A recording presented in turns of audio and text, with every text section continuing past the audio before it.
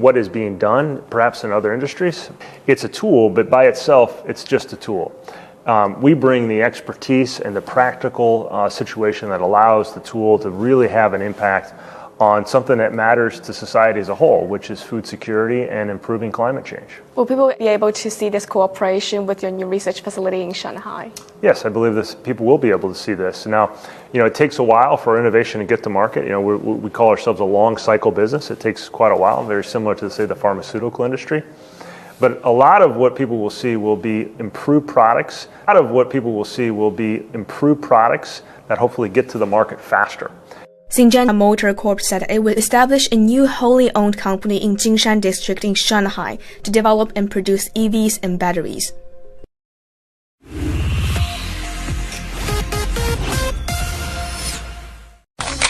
The current technologies come to an end. The semiconductor industry is facing some major technological evolutions brought on by the demands of artificial intelligence. Modern AI tools require a lot of computing power, which consumes a lot of energy. The path ahead for the semiconductor industry is crystal clear. Glass will be taking us to the next level. The development of high-performance glass has brought new hope. We're transitioning into the post-Moore era, where making tinier and tinier structures on silicon is getting more and more difficult. We're reaching the physical limits. And also it's getting more and more expensive. And advanced packaging is an alternative route to increase performance of semiconductors or semiconductor computing power.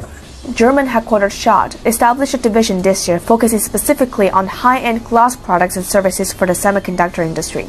While glass has long been a part of semiconductor manufacturing and in the equipment that manufactures semiconductors, a lot of the current emphasis is on how glass can be applied to semiconductor packaging. Glass will become a part of the semiconductor packaging itself, and that presents a great opportunity in the next years to come, and it's now the right time for us to invest into that opportunity. With advanced glass packaging, it will be possible to increase the performance by about up to 40% and at the same time also lower energy consumption by 50%. The company is now planning for something big in China and has already been working with a Shenzhen-based tech firm that makes temporary bonding adhesives. 我们华讯目前的客户群体数量已经来到了快100家左右，这里面用到了玻璃的，那么大概有几十家左右。The company started cooperating with Schott in 2018. 针对这种高端的芯片，像 CPU 啊、GPU 啊等等这一项的一些服务器啊、网络啊等等这些高端芯片上面的封装制程。 那么我们华讯公司和肖特展开了很多深度的合作，比如说我们要防止我们的这个材料和玻璃晶圆的开裂，我们会跟肖特去讨论，那么玻璃晶圆表面做哪些处理啊，然后这表面做哪些高精度的加工等等。Advanced packaging is something that is currently in a development phase with all the players in industry, and it will go into mass manufacturing probably in the second half of this decade. China plays an important role in that strategy because the Chinese semiconductor industry is really hot. And China is developing a lot in the semiconductor industry. For us, it has always been our strategy to partner with early movers. Schott will be showing off its latest glass solutions for semiconductor industry at the China International Import Expo this year. We have invested a lot in the recent years in China, not only in manufacturing and processing, but also in our R&D facilities and expanded our team here, especially in Suzhou also, for not only semiconductor, also other applications. If the growth continues in the way it does at this point in time, I think there's more to come.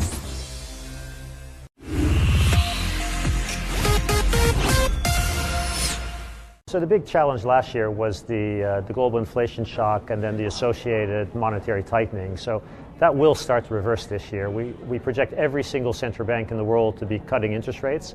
But even this year, so 2024, we're only going to be reversing about a third of the hiking cycle. Difference in China last year versus the rest of the world is that there was no inflation shock, and it was really sort of an idiosyncratic development in the property sector that was driving most of the dynamics. The other thing I'd say about last year is that consumption in China is still running well below trend, right? So there's clearly a reopening dynamic where things are recovering from the pandemic, but there's quite a bit to go, right? So I think looking ahead, there's plenty of scope, I think, for things to get better. If we look at this year, what we expect to happen, the most important thing is that the property market starts to stabilize. So, despite all the noises and the rate hike activities from the Fed, still a lot of the investors are able to find good opportunities in good economies, stable economies like China, and also attractive targets and companies themselves that operates very well under these uncertainties in the macroeconomy. The focus of the investment and also our government, the Chinese government, has been in this consumer sector, in the high-tech sector. We have seen more and more investors either looking for new investment opportunities or spending more capital, helping their portfolio companies to turn around or accelerate the growth, finding the second engine. So these will be the sectors along together.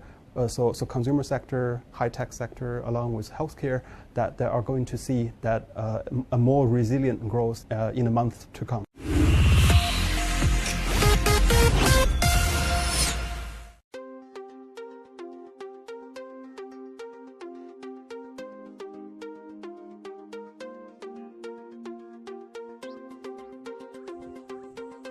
好，我们现在就坐进车里头。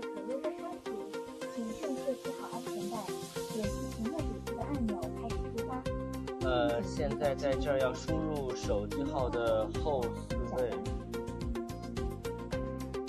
你也把安全带带上。祝您行程愉快。我们要解决第一个问题，就是要完成这个相对而言比较宽的这个路口的左转，而且它这个左转车道其实是比较偏的，它不是常规的在最左边啊，它其实是在右边的一个左转车道，包括这边还有车子啊，它现在在避让。哦，他是掉头。对，掉头。哦，我发现他是掉头，他是自己完成了一个掉头的动作。这是一个直行道，他现在可能就是因为红绿灯、信号灯今天正好有问题，所以就导致了他这个车现在就不动了，就开了。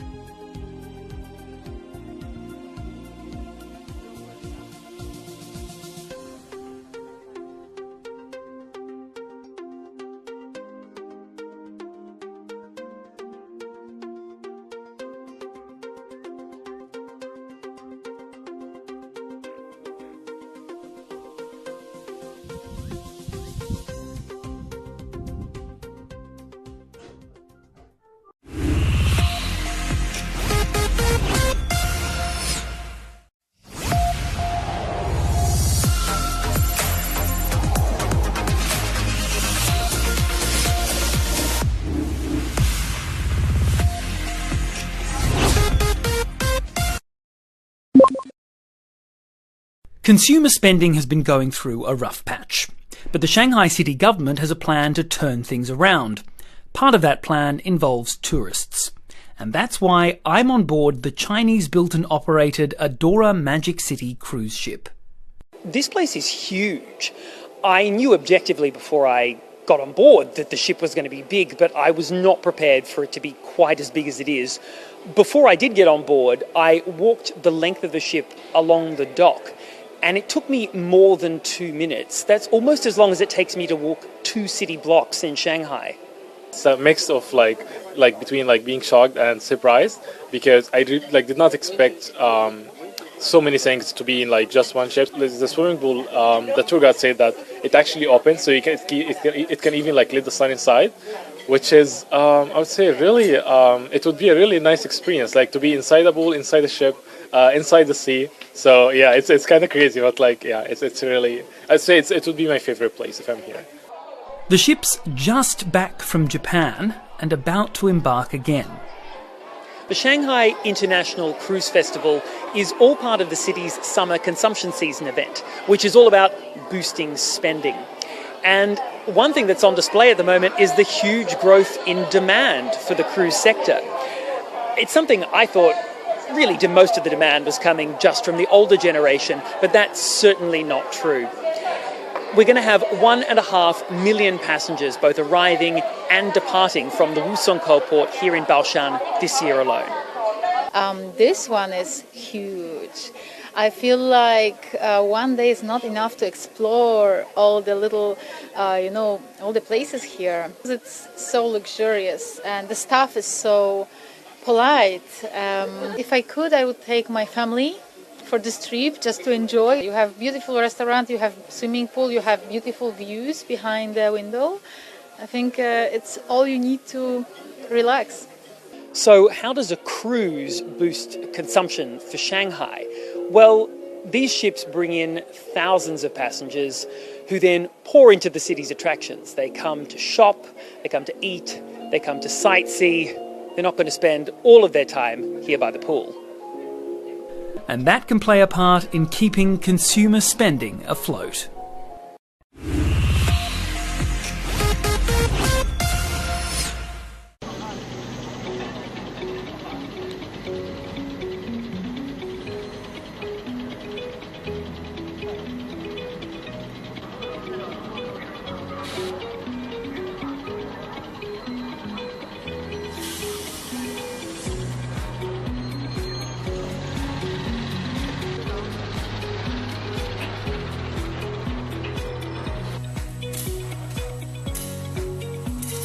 的确，对于这个轻类的运输的需求，逐年都在增长，而且我们也看准了这一个市场的机遇，意味着今后我们的大规模的批量的一个出口的这个路径就打通了。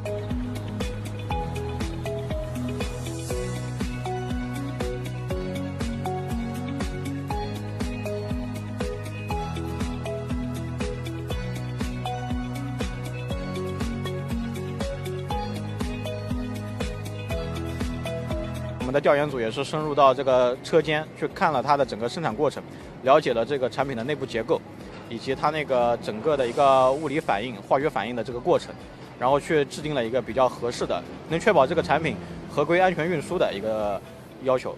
安全的前提下，最大的去给企业提供一个便利。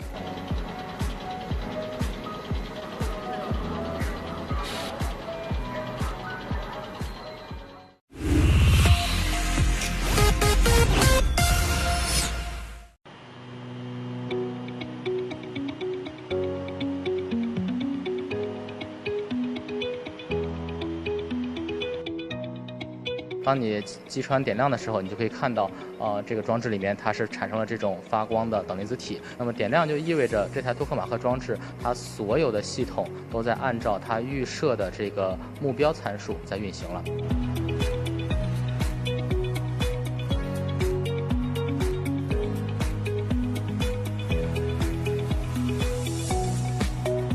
采用高温超导材料的好处就是在维持性能的情况下，我们可以大幅的缩小装置体积，所以大大的降低它的建造成本，缩短它的建设时间。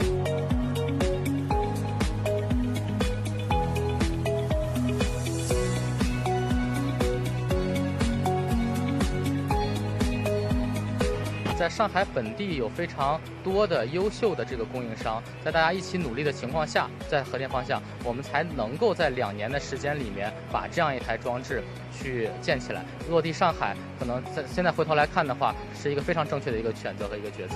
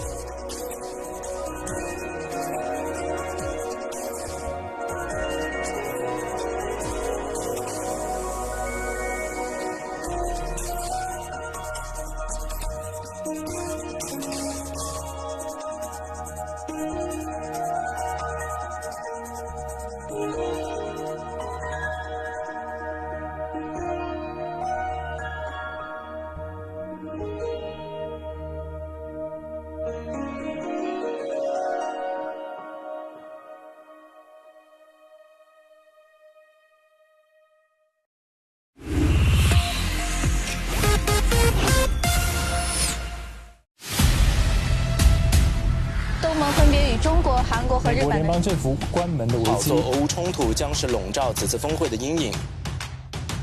敦促其他国家要避免火上浇油。我在这个半个地球以外的华盛顿给找到了。他们希望让自己的生活变得更加美好。你好吗？ This was the first group of students I took to China. My journey is deep into China. Not too many people get this view.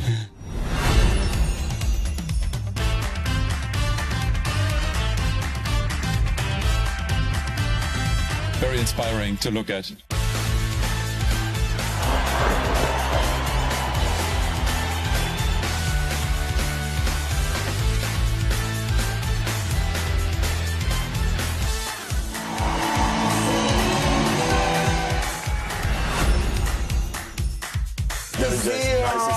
Yes, this one's very good.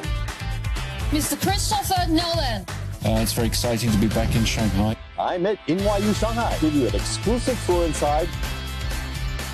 让更多的外国人更加理解了上海话的路。上海地会接“一带一路”倡议。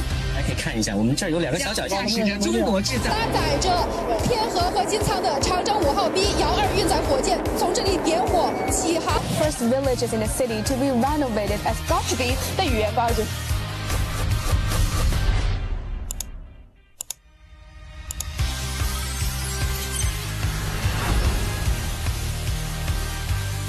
Welcome to the premiere of Chinese puzzle.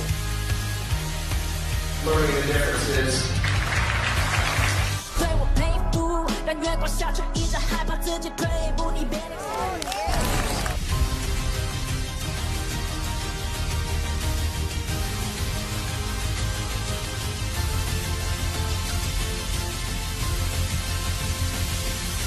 SMG International.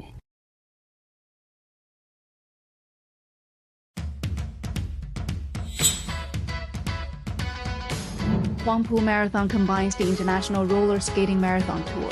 Regarde, cet événement a l'air génial. Oui, et Shanghai est juste magnifique. Ça me donne vraiment envie d'y participer.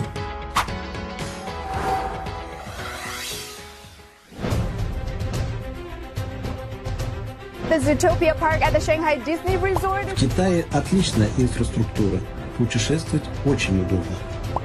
Время планировать поездку в Китай.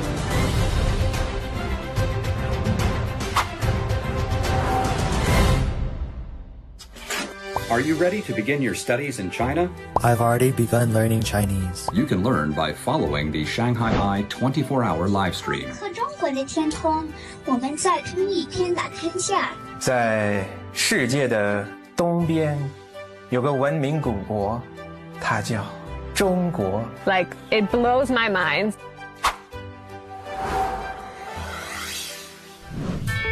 中国制造非常安全的国家。China has been a leader in embracing investment. Decoupling of the economies is not a solution. Die Freundschaft mit China nützt unsere Wirtschaft. Ich habe jetzt ein besseres Verständnis für viele Kooperationskonzepte. I would say China's a lot stronger today in innovation.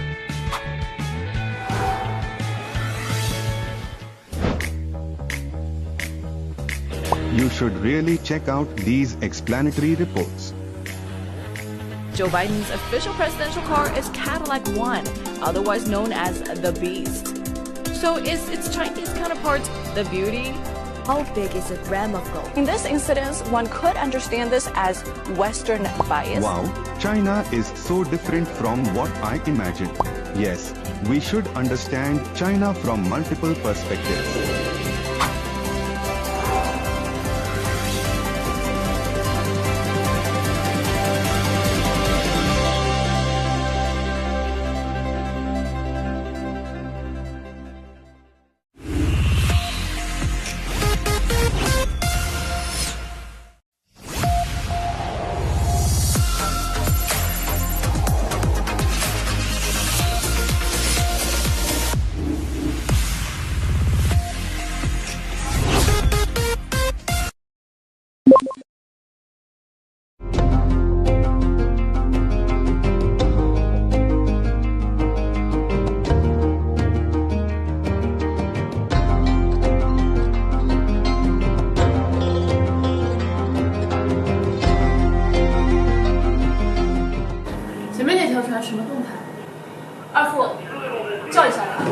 收到。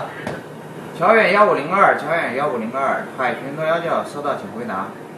乔远1502，乔远1502，海巡东幺教收到，请回答。科长，对方未回应。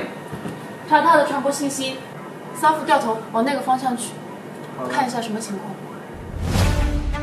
Zhang Chunpei became China's first female captain of a marine patrol ship this year. She has worked for a decade aboard Haixun 01, which is responsible for cruise and emergency response calls. 有点像海上的交警，比如说海上船舶的会违章啊，船舶排污染物，在海上发生的一些事故，比如说有船舶碰撞呀，有船员遇险啊，那我们要开展海上的救助。The China Maritime Safety Administration commissioned the ship in 2013, the year Zhang joined the force. Her first mission was as part of the search and rescue efforts for the missing flight MH370 in 2014. She experienced severe seasickness on the first day, but soon overcame it and stayed on the ship for over 200 days. 海巡010轮当时是作为中方搜救的指挥船，第一个抵达南印东洋，是最后一个撤离的。很多时候，我们面临的最大的挑战，不是说海上的恶劣的海洋环境，最大的煎熬可能就是要在希望跟失望之间反反复复的，但是还是要继续坚持下去的这种信念。有一点点希望，我们就要尽万分的努力。Part of the reason she took on a career at sea is because of her brother. 上高中的时候，本来就是想从军从警这一类的专业的。我哥哥是海军，给我推荐了上海海事大学的航海技术专业。真正参与到海上工作之前，我觉得我会遇到很多的困难，包括我自己生理素质能不能应对海上的这一些工作。但是真正投入到工作，我觉得这些都是能一一化解的。就比如说船上的这些工作条件，其实并没有很多人想象中那么艰苦。就是现代化的船舶，它是各方面的设施设备都已经有了很大的改善了。Zhang spends more than 180 days at sea on average each year. Over the decade, she took part in more than 20 major rescues as the ship sailed the Yangtze River estuary, South Indian Ocean, East China Sea, and the islands and reefs in the South China Sea.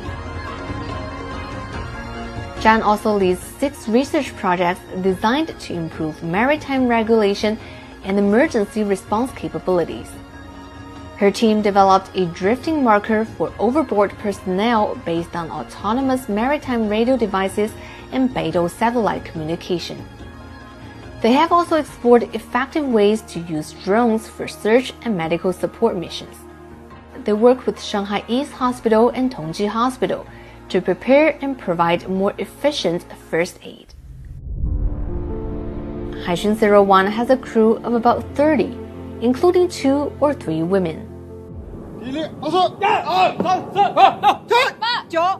现在新进的人员里面，我们学航海、学轮机的女生也在逐步的增多。如果有女生想从事这个行业的话，你就去了解、去试一试，看看自己适不适合。除此之外的话，我觉得这个其实是不限制性别的，尤其是我们是一条公务船，它其实更多的是对心理素质还有专业技能的考验，体力、体能方面并没有那么严苛，就是能承受的。To Zhang, the call of the ocean is more than a job. It's a way of life marked by dedication, resilience, and an unwavering commitment to maritime safety. 我觉得吸引我的地方就在于它有一些不确定性。很多时候我们在出发的时候都不知道前方面对着什么，但是一次次的挑战磨砺，然后在这个过程中自己完成了成长，团队也完成了更好的凝聚。它让我觉得我对这个社会是有贡献的，还可以享受星辰大海，也是有一点浪漫的情节吧。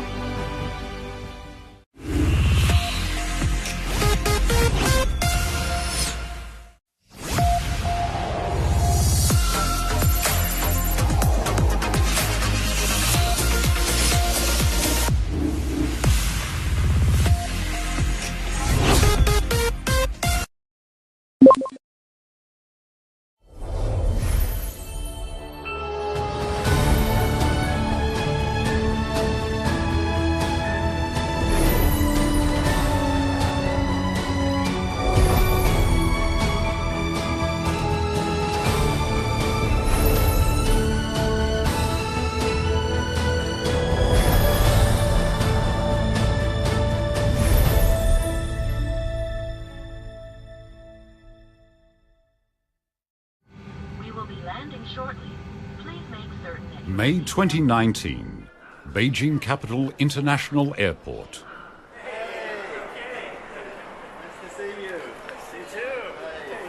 Peter Crosby comes to China again. I feel good. It's summertime here.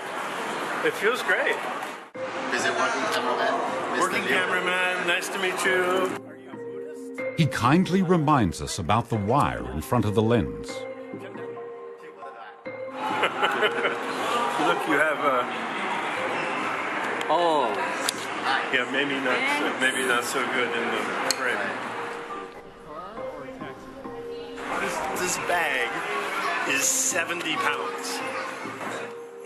The largest piece of luggage contains his sports gear from the US.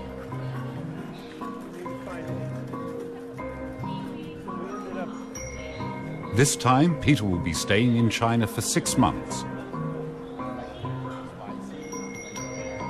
He had leased out his condo in New York before setting off.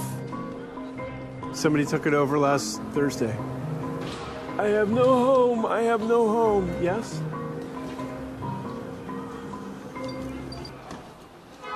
She's heavy, heavy. Ooh.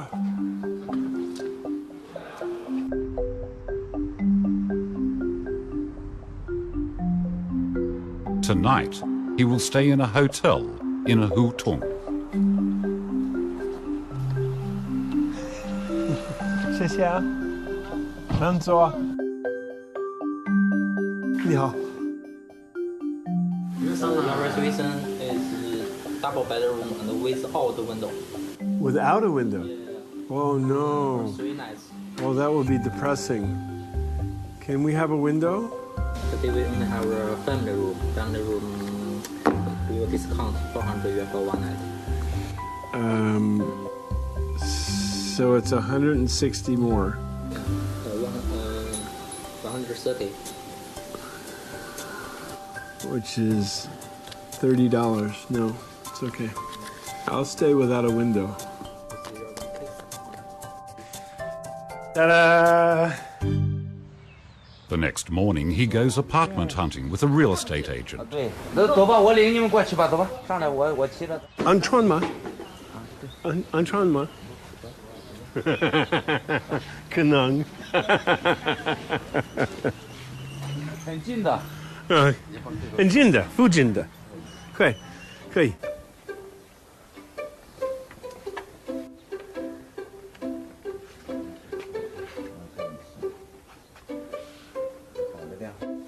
他是谁？他现在在这儿住的房客，马上就搬走了。Okay. The tenant wouldn't let Peter in. He only gets a peek at the door and couldn't see much. He decides to try his luck with the next door neighbor. I wanted to ask you just questions about your place. I mean, I'm dressed like this. Well, I'm dressed like this. So, well, 很高兴。I mean, 很高兴。Yeah, nice. Yeah. Hi. So I'd like to ask you, if you don't mind, so this is very personal, and you can say, no. How much rent do you pay? Oh, you don't have to say. I think it's really high. Yeah. Compared to other places because it's a loft. Yeah. Loft is cool. Yeah, and the furnishing. Yeah. Then, Okay. Hello, John. Thank you. 25 years ago, he biked all the way from Beijing to Hong Kong. This year, he plans to hit the route again to see the changes and meet old friends.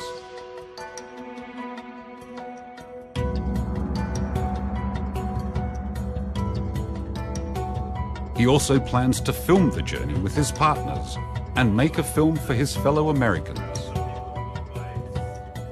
Peter invests over $50,000 for this filming trip, but this is far from enough. Again, money. That may not be the answer you want. Yeah. But well, it's a real answer yeah. to the biggest challenge of this project.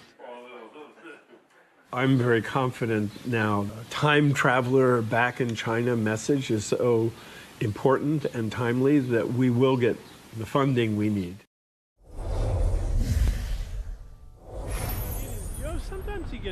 Peter also has real Chinese friends. In 1988, Peter came to China for the first time as a freelance writer and photographer for the Los Angeles Times.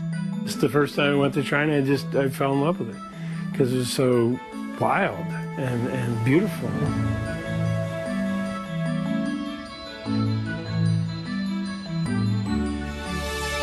Because I wanted to be closer to China and telling China stories. And that's when I had the idea about doing the bicycle ride. I wanted to be able to take photographs and video and tell stories in an integrated way. In 1994, Peter and a friend set out from Beijing and rode all the way through Shanxi, Hubei, Hunan, Guangxi, and Guangdong before finally arriving in Hong Kong, crossing about 3,000 kilometers. The trip was obviously difficult, but the Chinese people in front of his camera were the most lively memories of the experience. It's amazing to see all those people who let us film and photograph them so up close and very personally. Peter was most impressed by the family in this picture. And they lived in a dirt house, literally a dirt house, by the side of a mountain road.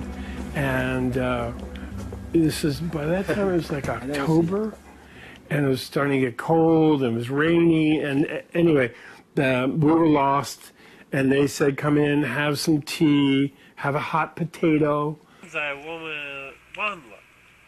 It was during the 4th month of this trip when they got lost in the mountains in Badong, Hubei province. They became hungry, cold, and desperate. As it got dark, they wanted to make us a meal. So they made us a very special local meal. And they had to borrow the pork from their neighbors. I think they had to borrow the cabbage too from someone else. I think their nephew ran out and got some cabbage. And so, but they cooked over a wood fire and coal fire in their home, and they made us this big feast. Pretty much in the dark, and they let us stay, and the children slept in the parents' bed so that we could sleep in the children's bed. It could have been much worse, but turned out to be his best memory. Peter took this family photo before saying goodbye. For the next 23 years, Peter was busy with his work and life without returning to China. But he always remembered that Chinese person who didn't know him, but still offered to help. And it's a little bit like somebody has it's a gift. I mean, it's a gift. I'm going back to say thank you in my way, in a little way. I've not been here in Over 2 decades later, he came back to China. Everything has changed. Where are the Lius?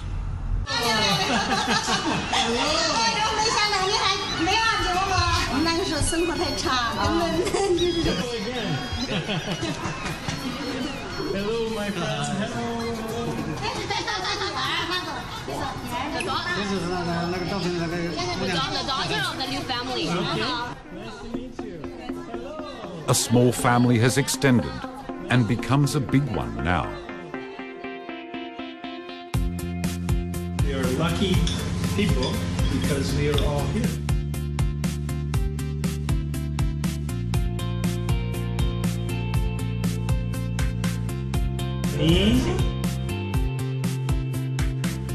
Like the rainy night 23 years ago, again they sat around the table.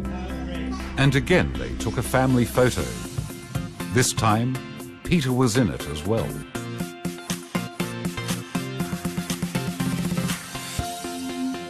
The next day, Peter came to Liu's new house in Badong town.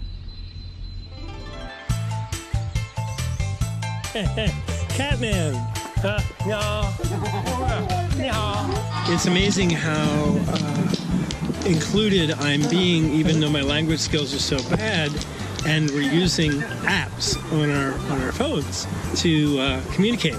这个名字是什么？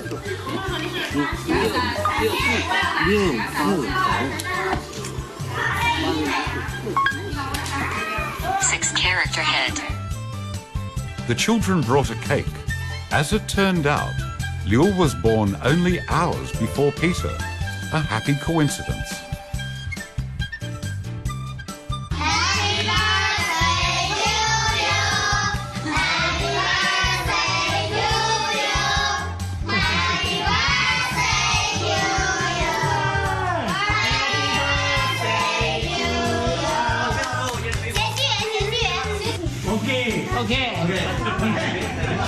Are you worried about getting old?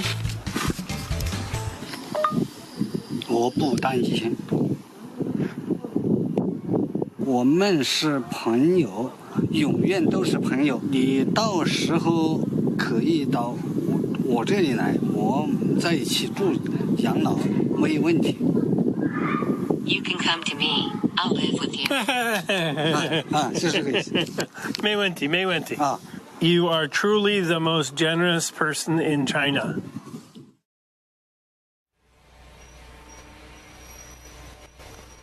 The rendezvous with the Liu family in 2017 made Peter determined to repeat the trip from Beijing to Hong Kong.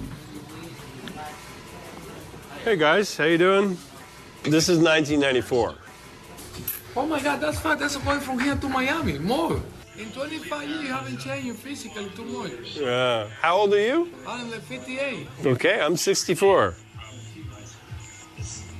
Peter left his bike in this New York bicycle shop before setting off to China.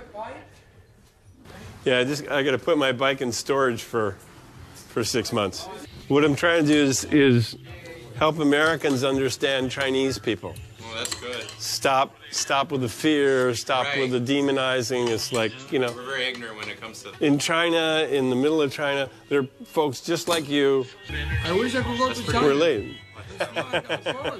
Not even sure. What kind of China and Chinese people will Peter see this time? We're good. That would be a really big story. Be really important for China, for people to be able to see how China's changed. In Beijing, Peter Crosby is busy planning his bicycle trip. Learning Chinese, improving fitness, setting the course, and looking for sponsorships for his filming plans. I think it's so important right now that Americans understand more about China's people. Not China, China, China, and trade wars and South China Sea, not all the issues, but Chinese people, Chinese history, Chinese geography. And so same thing for Chinese people. I would like to be a representative of open-hearted, warm Americans so that they can see maybe a better side of Americans.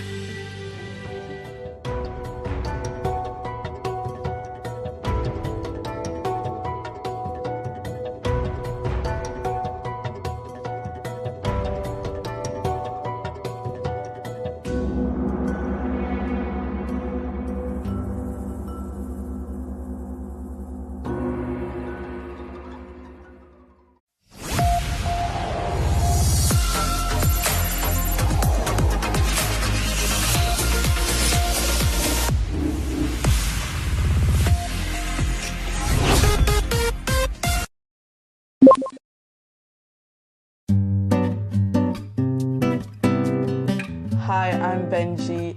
I'm 12 years old. I'm in Year 8 at Wellington College International, Shanghai.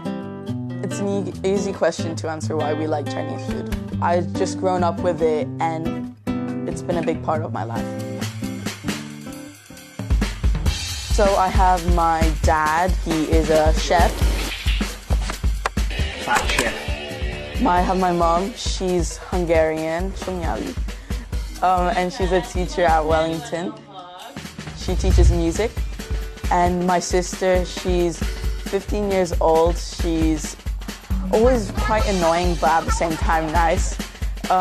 She's always looking after me, and she's a student at Wellington as well. If I remember correctly, they met in Bermuda. In the Middle East? Or no, Bahrain. And my dad was working in a hotel. He met my mom, who was playing cello at the time. She was one of the performers. They ended up together. My parents came to Beijing because my dad, he got a job there after they met. And then in 2009, my sister was born, and then I was born.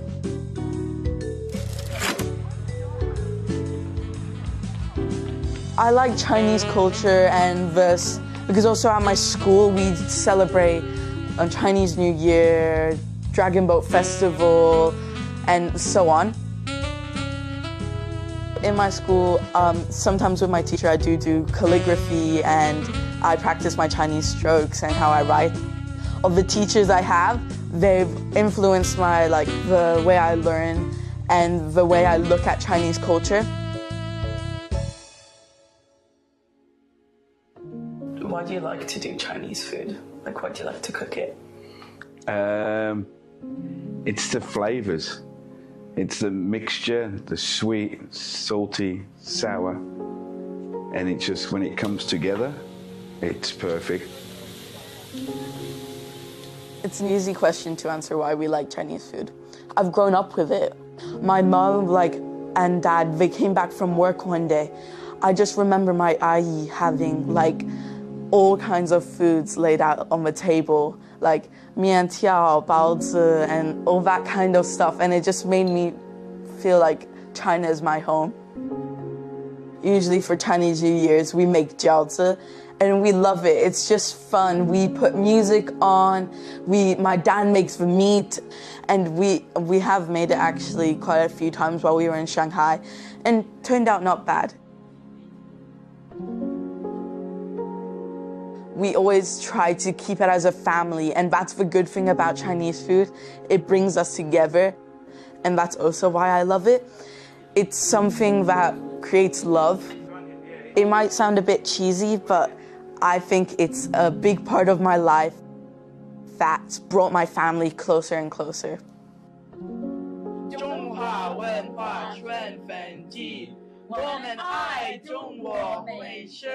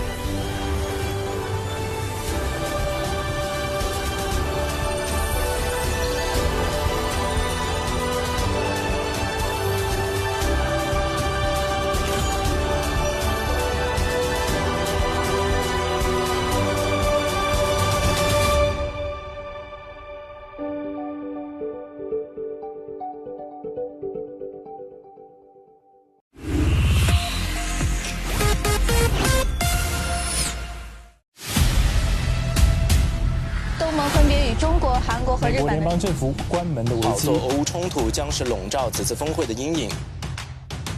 敦促其他国家要避免火上浇油。我在这个半个地球以外的华盛顿给找到了。他们希望让自己的生活变得更加美好。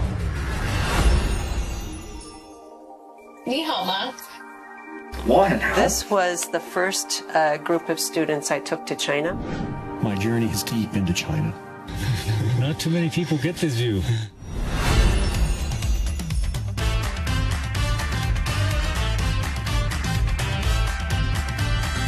Very inspiring to look at.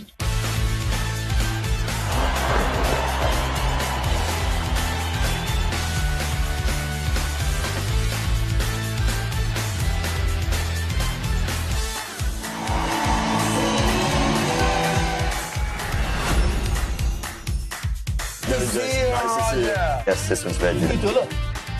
Mr. Christopher Nolan. It's very exciting to be back in Shanghai. I'm at NYU Shanghai. Give you an exclusive tour inside. 让更多的外国人更加理解了上海话的路。上海地顶可以接“一带一路”倡议。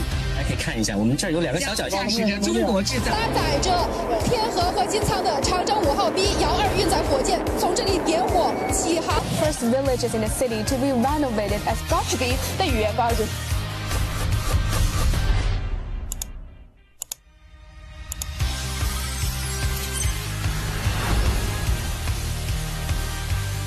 Welcome to the premiere of Chinese puzzle. Blurring the differences. 对我佩服，但月光下却一直害怕自己退一步，你别。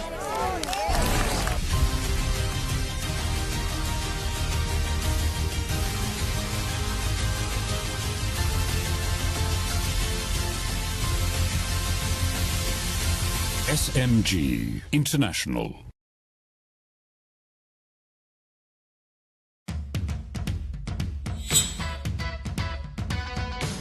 Huangpu Marathon combines the International Roller Skating Marathon Tour. Regarde, cet événement a l'air génial.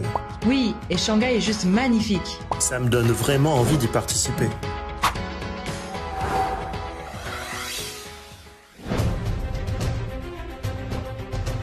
The Zootopia Park at the Shanghai Disney Resort. В Китае отличная инфраструктура. Путешествовать очень удобно. Время планировать поездку в Китай.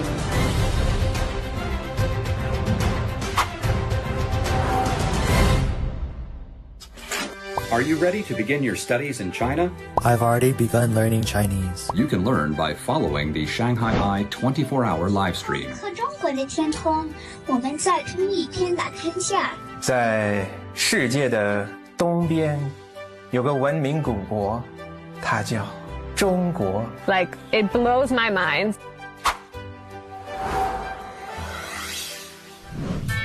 中国制造非常安全的国家。China has been a leader in embracing investment. Decoupling of the economies is not a solution. Die Freundschaft mit China nützt unsere Wirtschaft. Ich habe jetzt ein besseres Verständnis für viele Kooperationskonzepte. I would say China's a lot stronger today in innovation.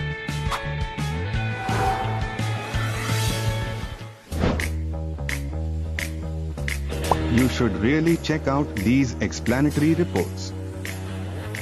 Joe Biden's official presidential car is Cadillac One, otherwise known as the Beast.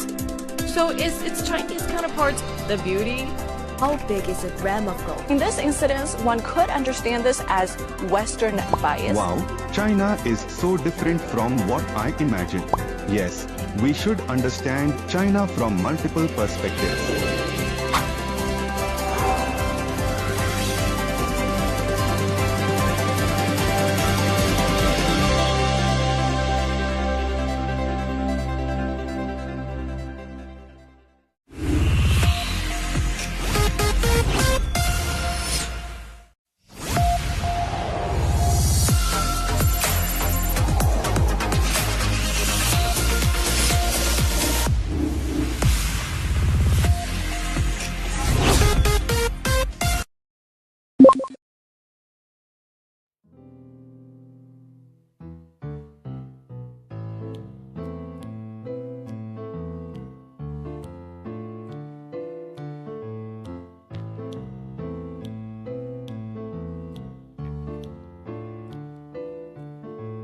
Durch die Tunnel gleite ich im U-Bahn-Strom. Ich weiß, es ist eng, doch alle Wege führen nach Rom. Graffitis an den Wänden, sie erzählen mir, ich bin nicht der Einsamste in dieser Stadt hier. Shanghai ist unser Treffpunkt, wo wir uns alle finden. Wäre der Treffpunkt woanders, würde irgendeiner verschwinden. Ein Lied von Freundschaft, das uns durch die Nacht trägt. Am Bund, bei der Skyline, egal ob früh oder spät. Shanghai Straßen so weit und breit, zusammen fliegen wir hoch und blicken weit. In Shanghai Straßen ein Tanz im Licht am Meer, mit im Trubel finden wir uns. Das ist unser Begehr. Shanghai ist unser Treffpunkt, wo wir uns alle finden. Wäre der Treffpunkt woanders, würde irgendeiner verschwinden. Ein Lied von Freundschaft, das uns durch die Nacht trägt. Am Bund, bei der Skyline, egal ob früh oder spät. In Shanghai Straßen so weit und breit, zusammen fliegen wir hoch und blicken weit. In Shanghai Straßen ein Tanz im Licht am Meer, mit dem Trubel finden wir uns. Das ist unser Begehr. Ich schaue aus dem Fenster, ich sehe euch da. Ich sehe euch da. Ich renn die Treppe runter und zieh meine Jacke an. Die Jacke an. Schritte auf dem Pflaster, ein Rhythmus im Gehen. Rhythmus im Gehen. Die Freundschaft zwischen uns, die muss niemand verstehen.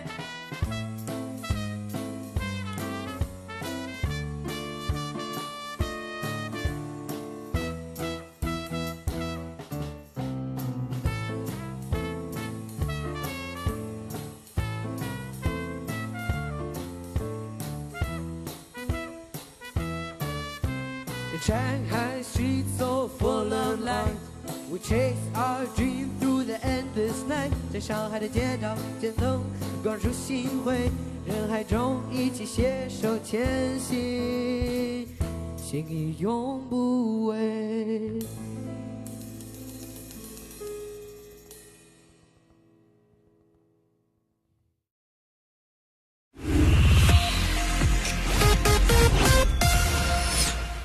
One small stamp, one massive story. In Shanghai, many cool places have their own unique stamps. Today, I'm in the ancient town of Nanshan to see if I can find some. Nanshan is over 1,500 years old. It's one of the top 4 historical towns in Shanghai.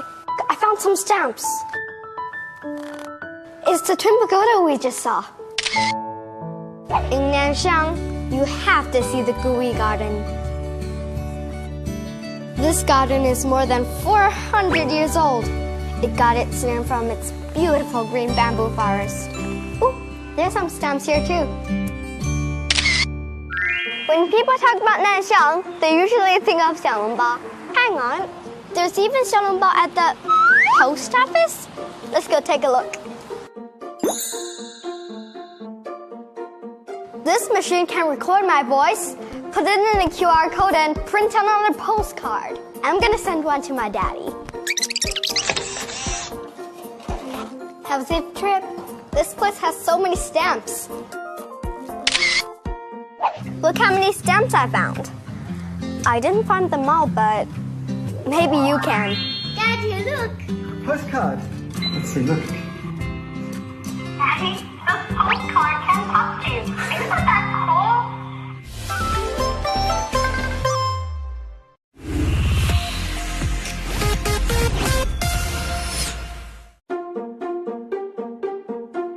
Did this room furnished in vintage style trick you? The The furniture is actually so small, they can all fit in the palm of my hand. What's even more magical is that this tiny furniture can actually move. Look, this chair can fold up. Its original form, known as the first folding chair in common terms, is a treasure at the Shanghai Museum. This long and narrow table can be disassembled and reassembled using the traditional Chinese mortise and tenon craftsmanship. The silver meaning classical furniture is made by a master craftsman from Shanghai named Huang Genbao. Most of the pieces are made 10 times smaller than the original.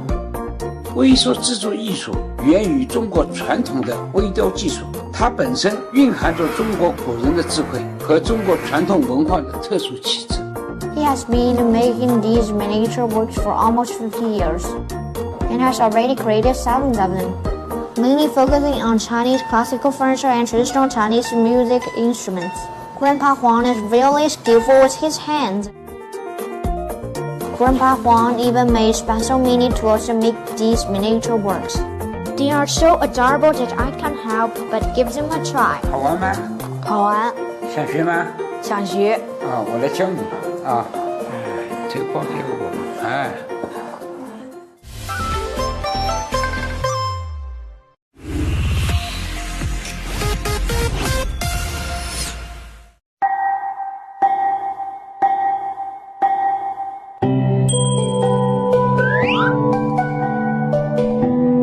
The Waibaidu Bridge is the first all-steel camelback truss bridge in China.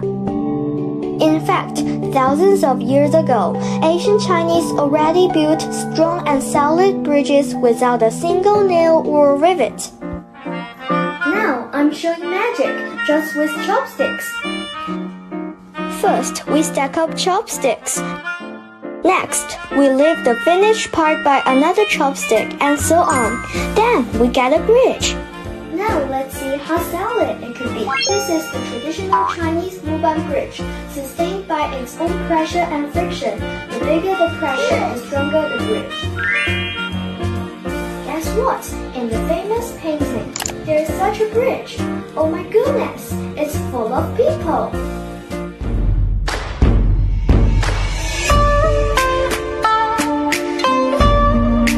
Now bearing new records and leading globally, a large number of Chinese bridges connect natural barriers and unite the world. Craftsmanship and friendship promote Chinese bridges to the globe. Oh, it's not easy, and bye-bye.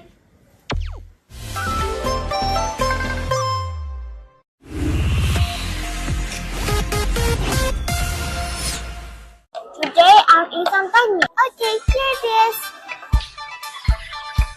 But this meat tastes good.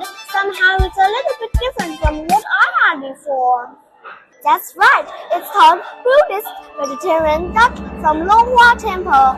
Longhua Temple was built by Sun Quan, the king of Wu, for the mother during the Three Kingdoms period. That time, the ladies in the city went to the outskirts to worship Buddha and pray for blessings. They needed a place to rest and have their vegetarian lunch. Therefore, the Buddhist vegetarian cookery hall was born.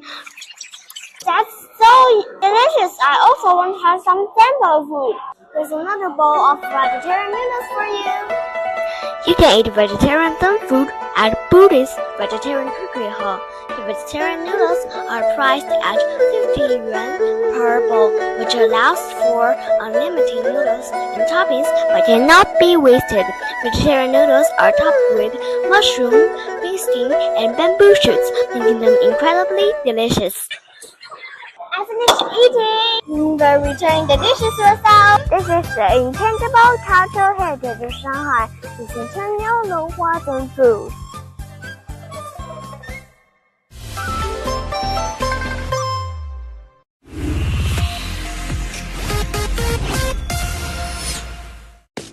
Ready, 中国的传统武术又称作功夫。Yes。最喜欢的中国功夫巨星小龙。Yes。中国汉族的传统服装称作什么？汉服。Yes。中国的4大发明是什么？指南针、造纸术、印刷术，还有火药。什么节日要赏月，而且要赏满月？中秋节。Yes. What is the traditional Chinese art of mask changing in opera? 四川 opera. Yes. 大珠小珠落玉盘，形容的是什么乐器的声音？琵琶。Yes. 说出中国的8大菜系。烧鸭。烧鸭。粤菜、徽菜、鲁菜、川菜、湘菜、菜，靠近上海的浙江、江苏。耶。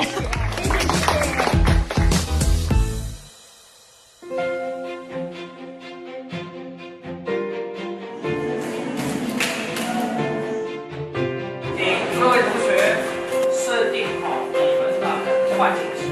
我们呢，首先看一下纸，它排成了4对，所以叫4尺4裁啊。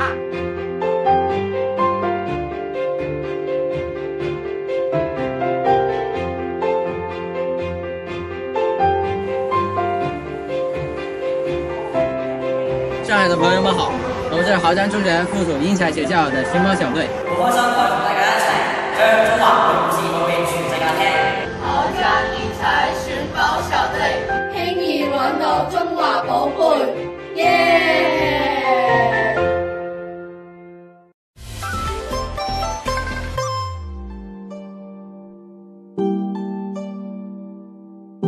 Chinese traditional calligraphy has been a required course in our school for many years.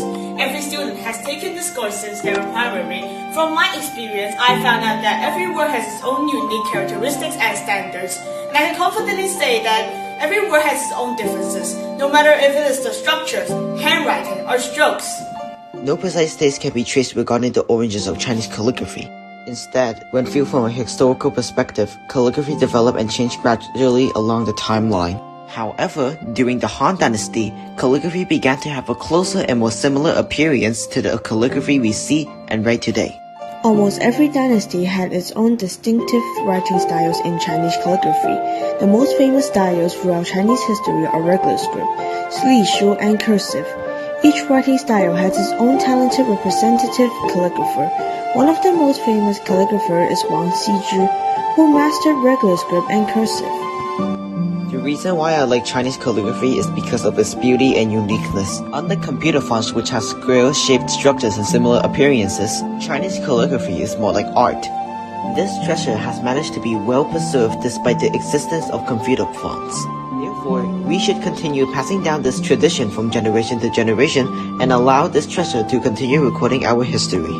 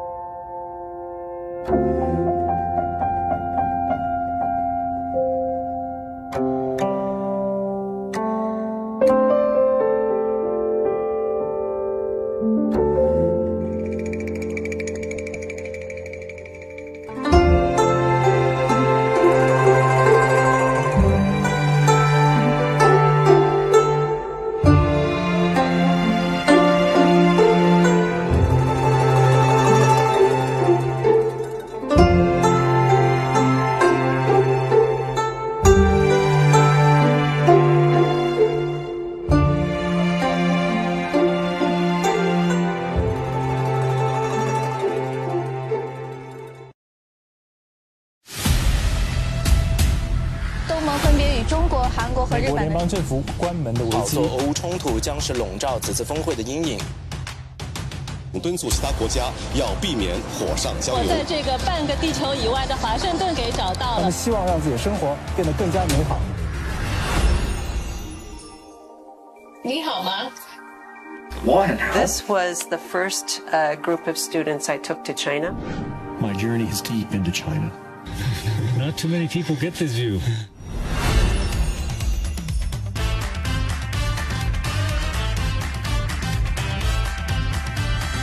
Very inspiring to look at.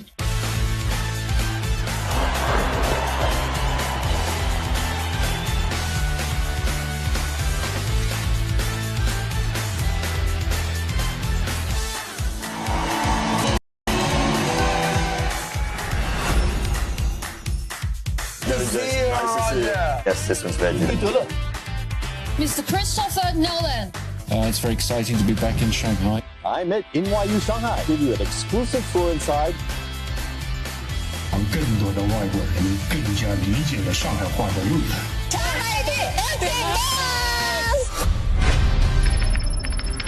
对接“一带一路”参与。大家可以看一下，我们这儿有2个小脚架，中国制造。搭载着天河和金仓的长征5号 B 遥2运载火箭从这里点火起航。First villages in the city to be renovated as Dutch B 的语言标志。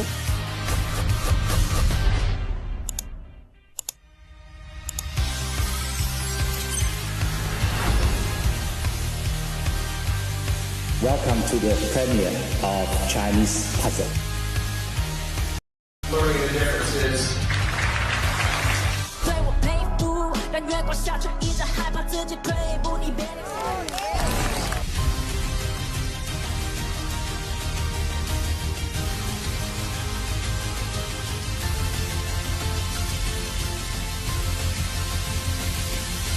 SMG International.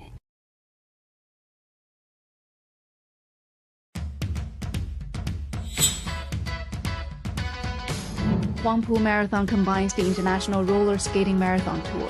Regarde, cet événement a l'air génial. Oui, et Shanghai est juste magnifique. Ça me donne vraiment envie d'y participer.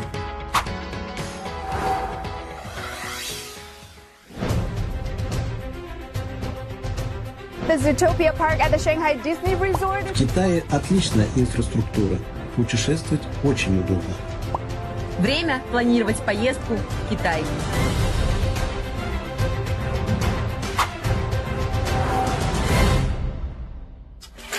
Are you ready to begin your studies in China? I've already begun learning Chinese. You can learn by following the Shanghai Eye 24-hour live stream. 和中国的天空，我们在同一天打天下。在世界的东边，有个文明古国，它叫中国。Like it blows my mind.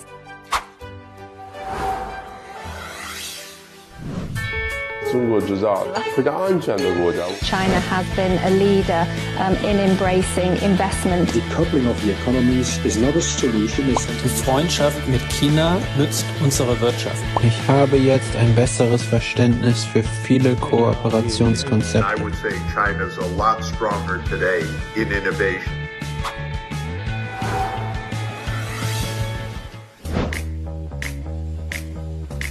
You should really check out these explanatory reports. Joe Biden's official presidential car is Cadillac One, otherwise known as the Beast. So is its Chinese counterpart the Beauty? How big is the gram of gold? In this incident, one could understand this as Western bias. Wow, China is so different from what I imagined. Yes, we should understand China from multiple perspectives.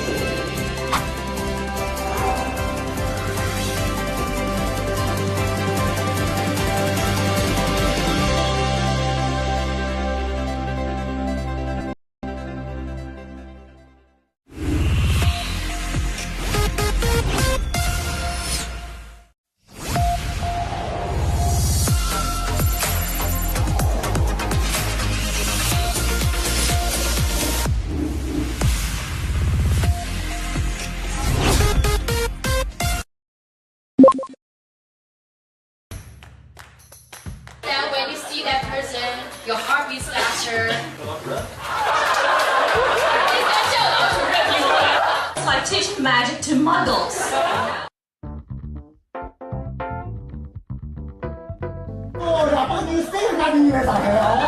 听不听不懂，搞不来，就跑过来这边感受一下上海话文化的朋友们拍个手好吧，应该还是。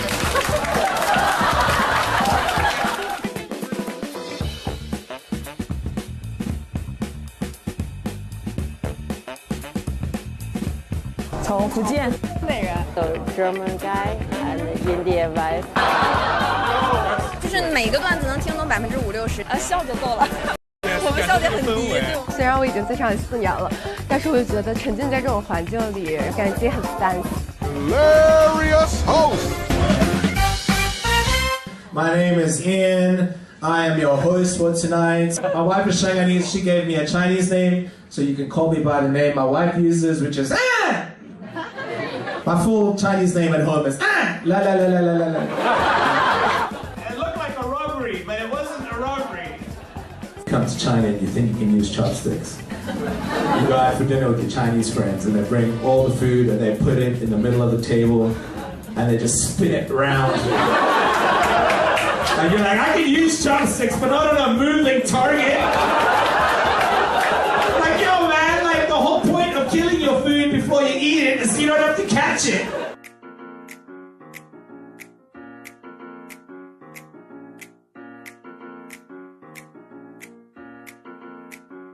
Shanghai was like international. It was 7 days a week. Every night was busy. Where I came from, it was Wednesday nights, Friday night, Saturday. That was the only time people did any partying or going out. And when I came to Shanghai, it was just every day of the week, and it was growing, and it was crazy.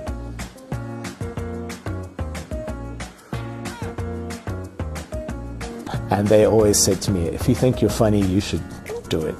In the beginning of the year, I said, this year I will perform on stage. So the last day before the end of the year, I went on stage to do an open mic. And I did it. And then once I did it one time, I have to do it forever.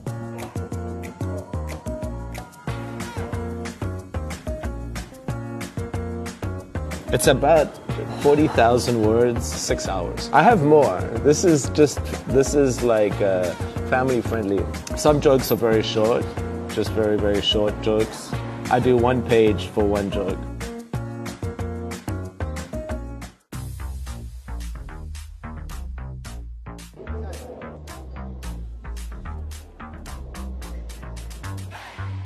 It's like a notepad if I have an idea. So then I like write a joke here, and then one here, then one here, then one here. Each place is 1 joke.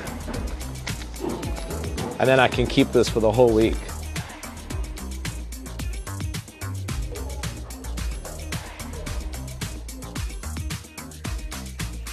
My dad's bicycle got stolen. And I was just thinking, you know, that's the opposite of the problem we have. There's too many bikes here, and then people's bikes getting stolen somewhere else. That's not a problem you'd have in China.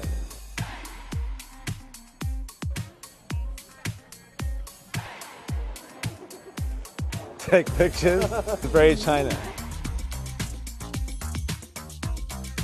We were watching Mulan. So now the whole joke is, this is what it feels like to watch movies with my wife. The most common sentence in my house is just my wife say, "What Disney?" I have this idea, Disneyland. Sounds like Disneyland.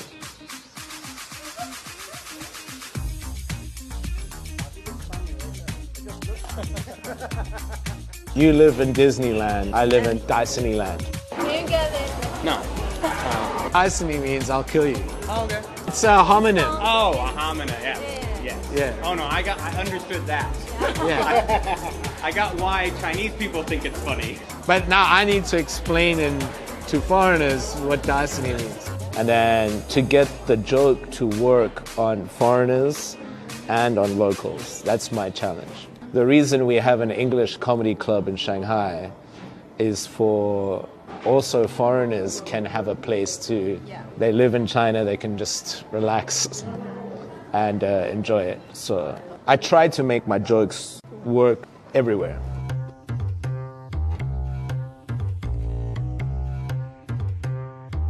English, Mulan is Disney. In Chinese, Mulan is Disney. I still get people asking like, hey, in particular or just 一起死搞不上黑我。大学想啥专业想读吧？现在实际是高两。本身我自己最开始讲英文的时候也是在上海，我当时的那个就是俱乐部的老板，比如说1年做过1次法语演出、俄语演出、西班牙语、德语，好像这是4种语种。然后他的那个场地可能在80到100人左右，每次都会爆满，17、18年的时候吧。所以对当时的我来讲也是很震撼的。他说上海是唯一一个他觉得中国最有自信来做多语种演出的一个地方了。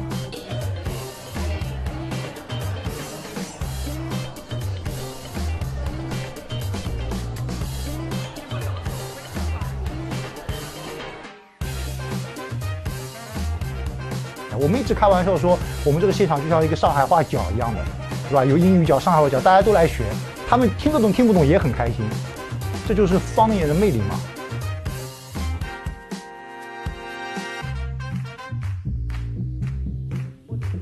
本来我们就好远过来，然后过来完之后就想着看一场演出，但我们还买的票还比较临时。上海话能听懂吗？听不懂，但喜欢，但想听不一样的东西，可以体会到这边的城市的氛围嘛。就是它可以很好的把各个国家的文化和各个国家的那种很深入的梗都带到中国来，我觉得是非常独特的一种上海风景。She called me to come because I saw a lot of videos for Nora and I found it very interesting. And I always thought, okay, how do I go to one of these shows? 阿拉就是阿拉听的最多，每天就是同事们就是阿拉同事。我上海我刚买好。今天也是来当学习的，是吗？哦，对，了解文化，就是能听懂，有非常有成就感。They said we should come to Shanghai, so that's why we're here. I think it's been like 3 or 4 days we've been in Shanghai. She said it's all in English, and it's kind of talking about like Chinese culture and like different funny parts of Chinese culture. Actually, it was quite funny. Like a lot of it was very relatable. 还有一些大的政策也是利好我们这个行业的，比如说我们现在对外籍人士开放的那个签证的这么一些新的政策，所以其实我们在今年也看到了，由于政策原因带来了更多外籍也好、游客也好这样一波新的观众。This is I just transcribed the. Oh, your performance there. Comedy is something I wanted to develop because I feel like what annoys me the most is no one really understands China. You always just become the foreigner who says what Chinese people want to hear. I don't want to be that. I just want to be an international comedian. To relate to the rest of the world, I think humor is and I think that's why English comedy is important. So we can actually export Chinese culture.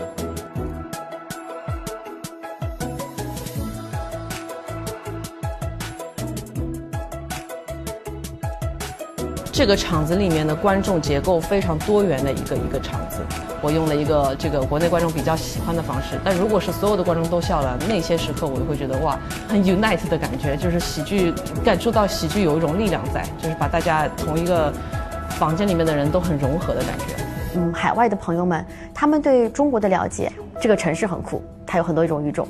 我来玩的话，有很多不同体验。我觉得它跟上海本身文化的一个底蕴和文化的精神是非常相符的。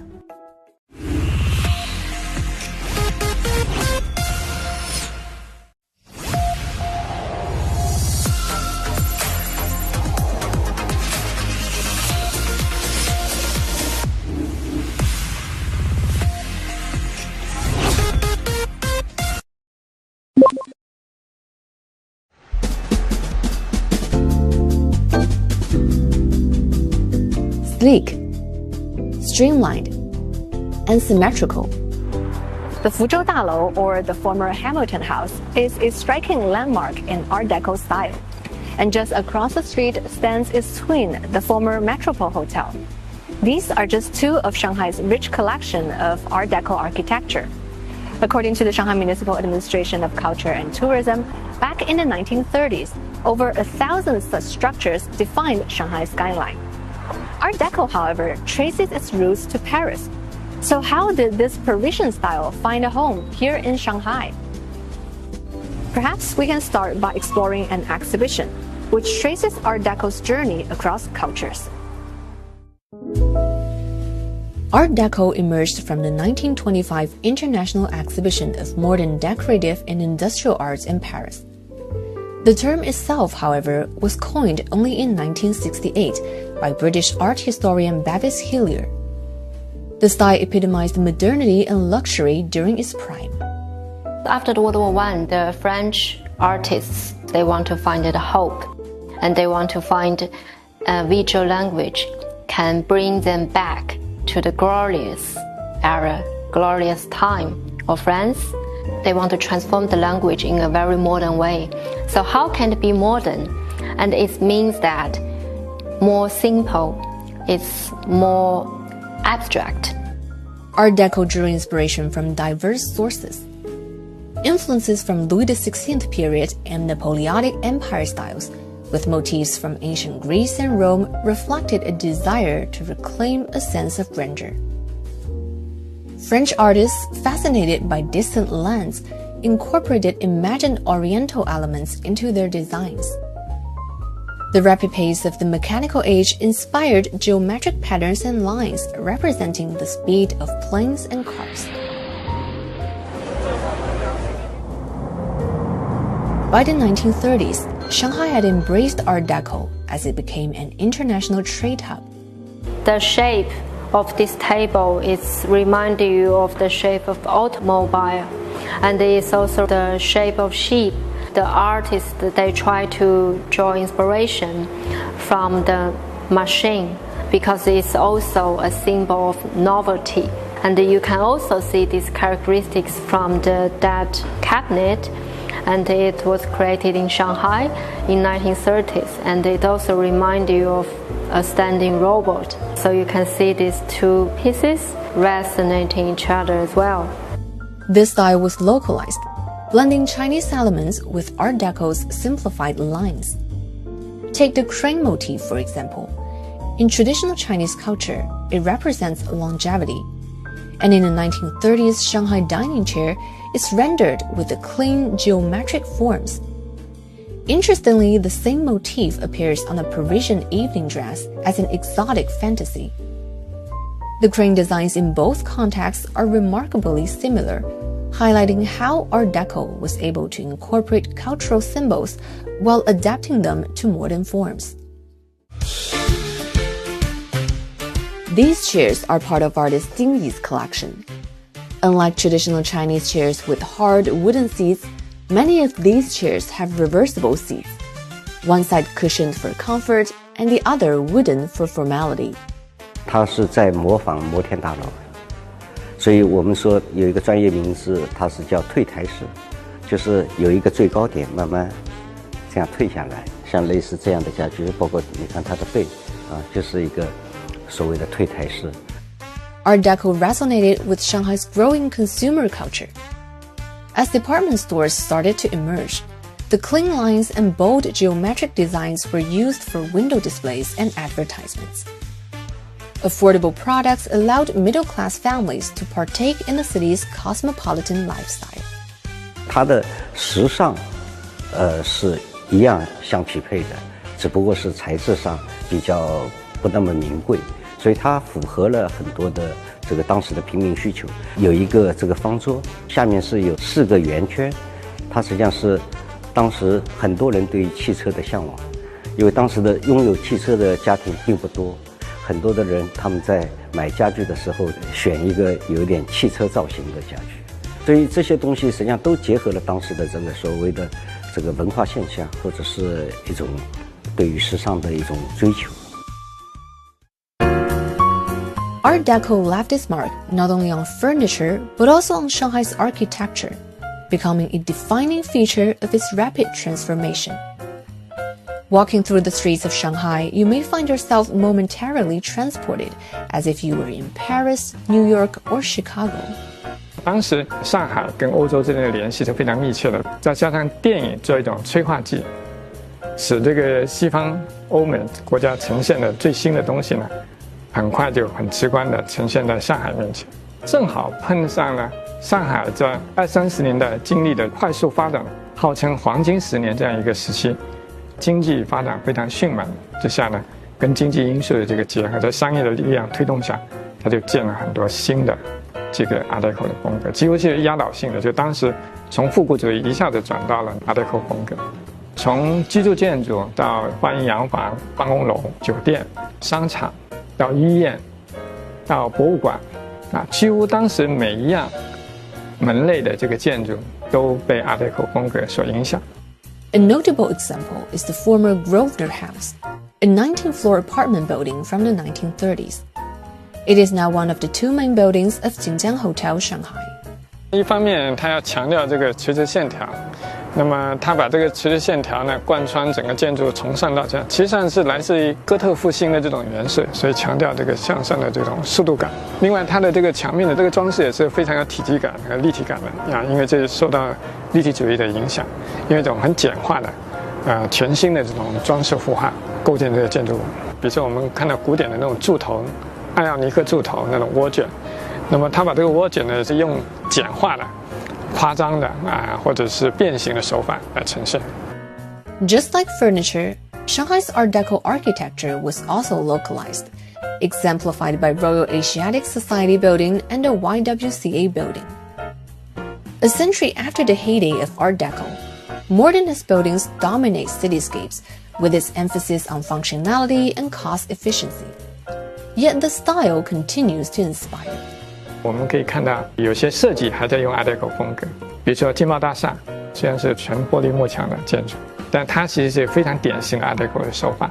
更重要的是，这个风格给我们的很多启发，它是去继承历史，而不是抛弃历史。它把很多历史的元素都用下来，然后以全新的面貌来出现。还有一个呢，就是很重要一点，就是说对文化的包容性比如说非洲的文化、古希腊的文化、玛雅的文化、埃及的文化等等，还有中国的文化，它是兼收并蓄的。那么这个跟我们今天上海的这个海纳百川的这个海派精神是完全吻合的。Art Deco in Shanghai reflects the dynamic interplay of cultural exchange and artistic innovation. Its enduring influence continues to shape modern design, symbolizing both history and progress in an ever-evolving world.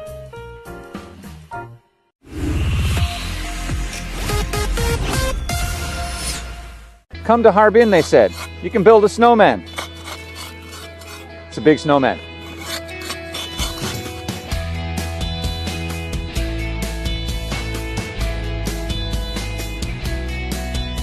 Hey everybody, Steven here, coming at you from Sun Island in beautiful sunny Harbin. Right now I'm standing outside the Snow Sculpture Expo Park, and we've been granted a behind-the-scenes sort of sneak peek at what's going on in there. They're still building it. It actually takes several weeks to get it going, and while the park is open, they're going to continue sculpting the whole time. But remember, this is all weather dependent. So follow me as we go on in and take a look.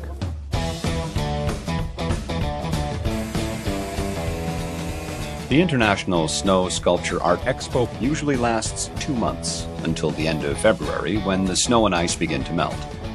Even though winter arrived a bit late this year, it's December, and temperatures are down to -15 degrees during the day. Men at work. If you're in the sun, it doesn't feel so bad, but as soon as you step in the shade, it's cold.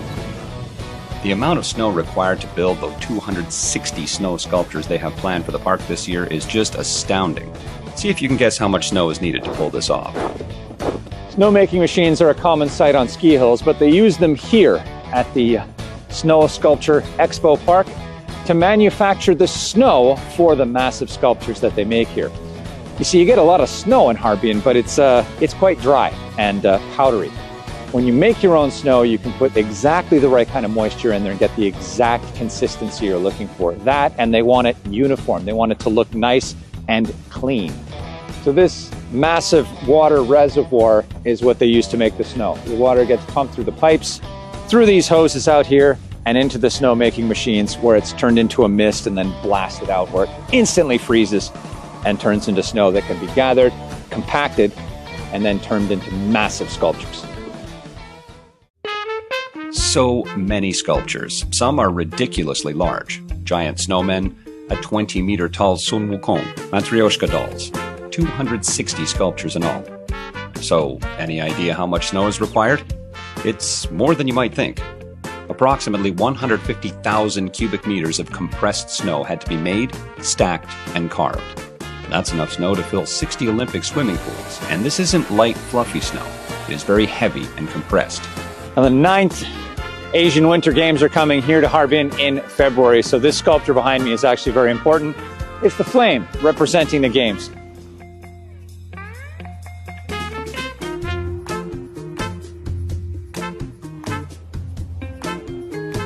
All right, so behind me, what's taking shape is the largest sculpture of the Snow Sculpture Park this year. So you can see they got some boards up there, and they're just ramming that snow down, making it really, really solid. Inside the park, trucks carrying snow keep coming and going. This is because the snow removed from one sculpture is hauled away and reused for another. Good snow doesn't go to waste. All right. Well, I've been given the opportunity to see what this snow feels like, so I'm going to hop on in and do a little chiseling. Hey, 你好。然后在哪里？在这个边。在这边。好的。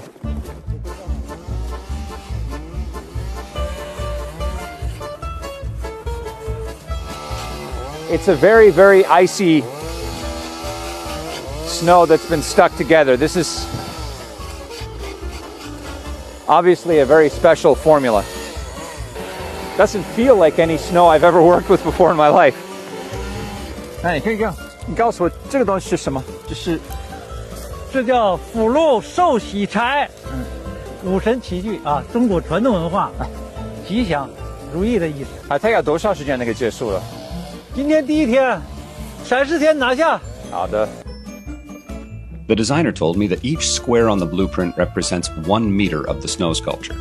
While the sculptors shape the snow, the designer oversees from a distance and calls for adjustments. In the case of the giant 20-meter-tall snowman outside the gate, it's 2 pairs of eyes directing more than 24 pairs of hands. Once the snow was stacked up, they managed to get it done in just 4 days. 我们早晨太阳日出蒙蒙亮，7点钟就开始了。到现场我们就开始雕刻。日期是那个太阳。哎，对，日出，哎，日出，日落，我们再干1个半小时，日落了，12日落，天黑我们就开始撤了。Well, the sun is set in the city of Harbin. It's getting chilly, but the snowman is complete. He's standing guard outside the gate. It's a good thing too, because the crew that sculpted this thing need to get inside because they've got so many more sculptures to work on, not just here, but in other parts of the city as well. Harbin is really, really busy right now. So if you're interested in seeing for yourself what's going on in the city of Harbin during its transformation into the city of ice and snow, just whip out your phone. There are tons of live streamers, not just here at the gates to the Snow Sculpture Park, but all over the city. But if you're feeling particularly adventurous and you're not afraid of a little cold weather, get on a plane and fly up here and experience it for yourself. You will not regret it. Anyhow, that's it for me on this one, and I'll see you guys on the next one.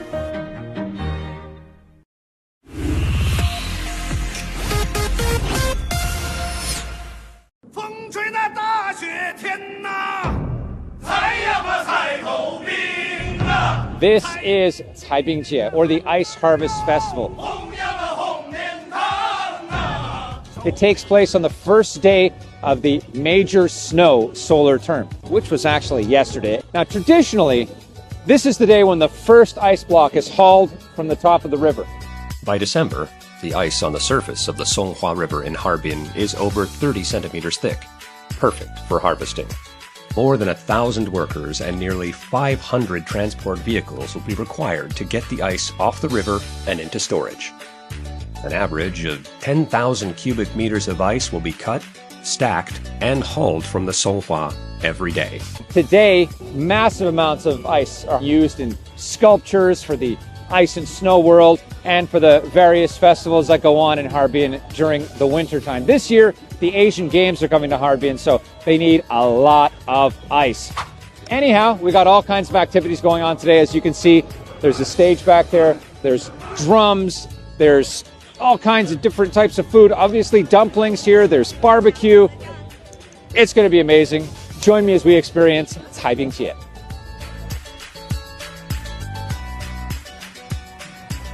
Ni hao. Ni hao. There are a lot of people here. Ah, that's where they're making the dumplings. Maybe you can see the steam rising behind me. Let's make something hot. Natural food, natural food. 谢谢. Oh, very savory. So apparently this was pulled from the river right over there. 非常好吃的.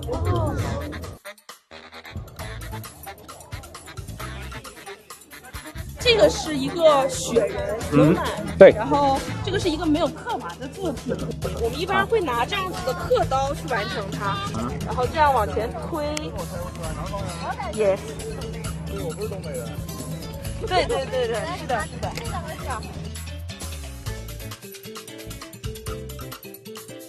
Probably one of the easiest forms of art I've ever tried.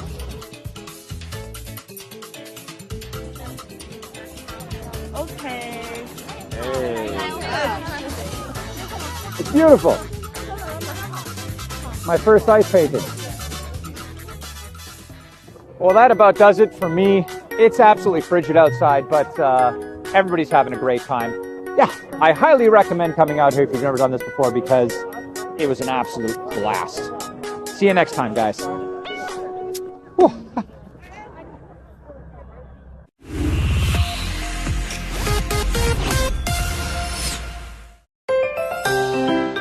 Shanghai Disney Resort has transformed into a festive winter wonderland with enchanting winter celebrations, seasonal delicacies, and plenty of merchandise. The Disney Winter Frostival offers a delightful excursion this winter.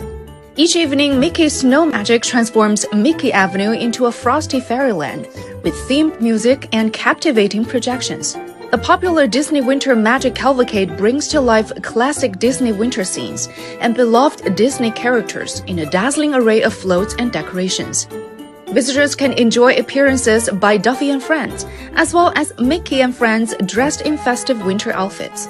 Amazing projections, beautiful lights, and evocative sounds transform the enchanted storybook castle and gardens of imagination into a winter wonderland.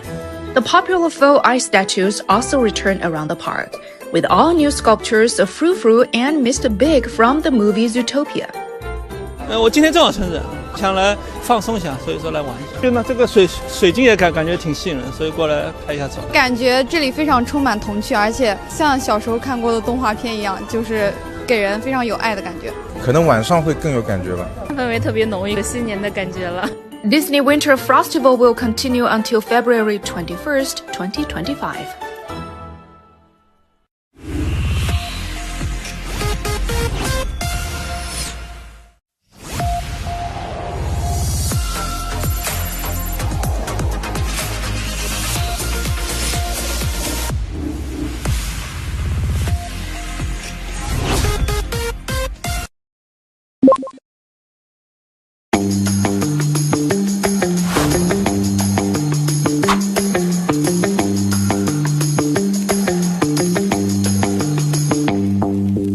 Hongshoufang is a bustling Shanghai-style alleyway.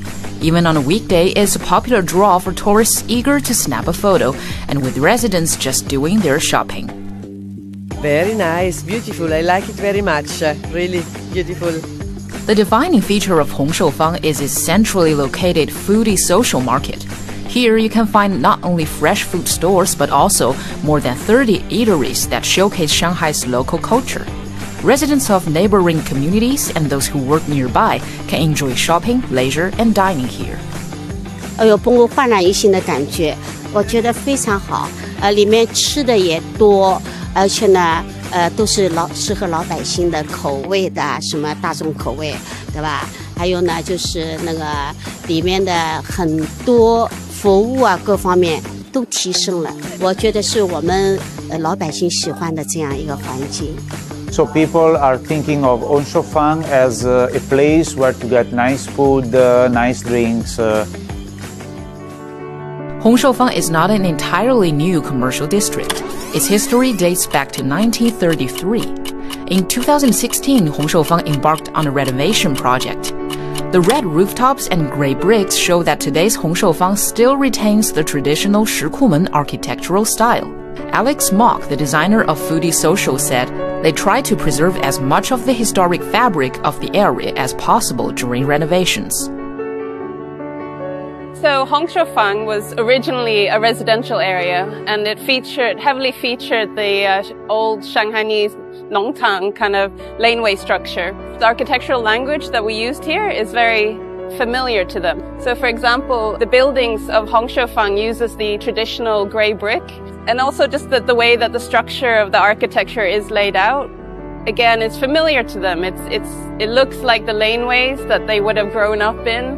And you know, the way they circulate around the buildings, it's very porous.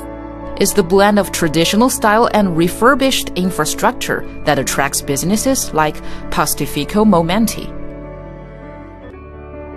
Hong Shoufang is a beautiful shopping mall because it's in the city center of Shanghai, in the heart of Shanghai. It's also taking from the heritage of the history of Shanghai, of the Shikumen houses. So it's a nice project because it's combining modernity and history. It's important for us to find locations where this aspect, this component of tradition and heritage, and so Hong Shoufang was the right spot for us. Since its opening in September 2023, the small but exquisite Hong Shoufang has received more than 10 million visitors, expanding the possibilities of the 15-minute community living circle. This concept aims to provide all basic services like education, culture, healthcare, elderly care, leisure and employment and entrepreneurship within 3 to 5 square kilometers, meaning residents can reach whatever they need on foot in 15 minutes. Having the wet market there allows all the sort of early risers who live in the neighborhood to get up, walk the 5 to 10, 15 minutes away from their home to buy all their fresh produce for the day. They can walk here every day and they can find, you know, their daily produce as well as maybe something that they wouldn't normally try, like a coffee or some ice cream. Shanghai is in the midst of large-scale urban renewal, exploring innovative models to maximize public benefit. As a pioneering example of urban renewal in Shanghai, Putuo District has been actively engaged in the process and has successfully completed the transformation of urban villages, creating more spaces for both locals and visitors alike to enjoy.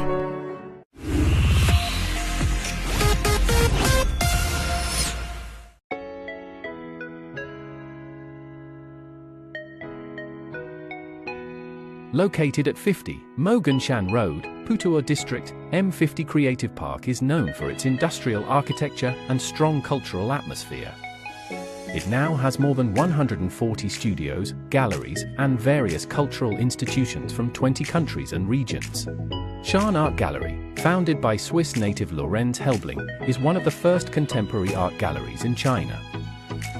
Very special moment when I came here in the 90s. 95, 96, I came back. It was a very special moment. A lot of good artists working here, a lot of dynamism in the city. The beginning was in a hotel, and we just were there and opened 12 hours a day, 7 days a week, and waited that somebody comes.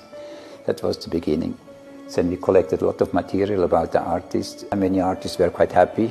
I had a place here, so I could show art.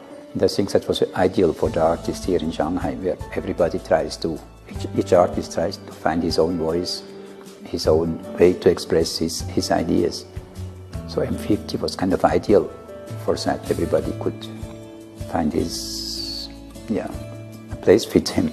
I think art is always better when it's more, when it's denser, when more artists can be seen, more art can be seen.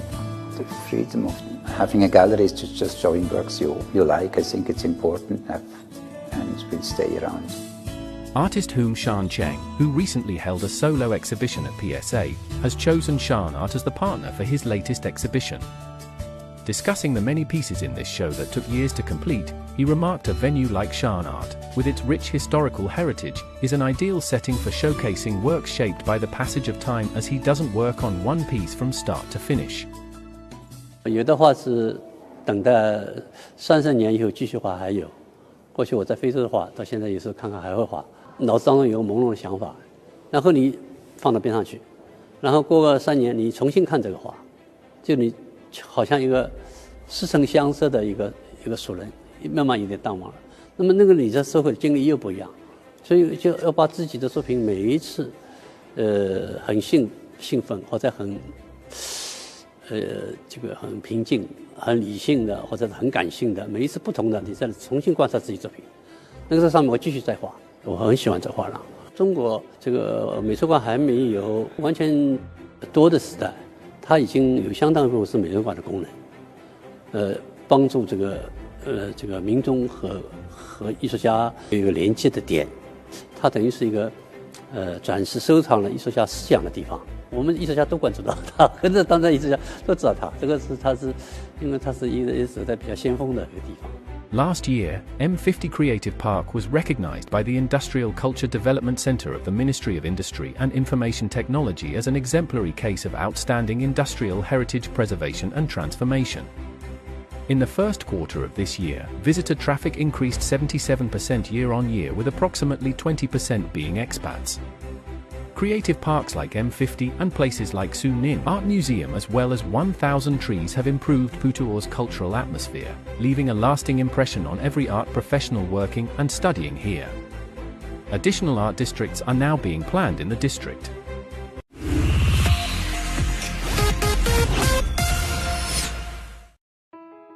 Earning a living by working as a deliveryman, 56-year-old Wang Jibing is driven by his passion for literature as well.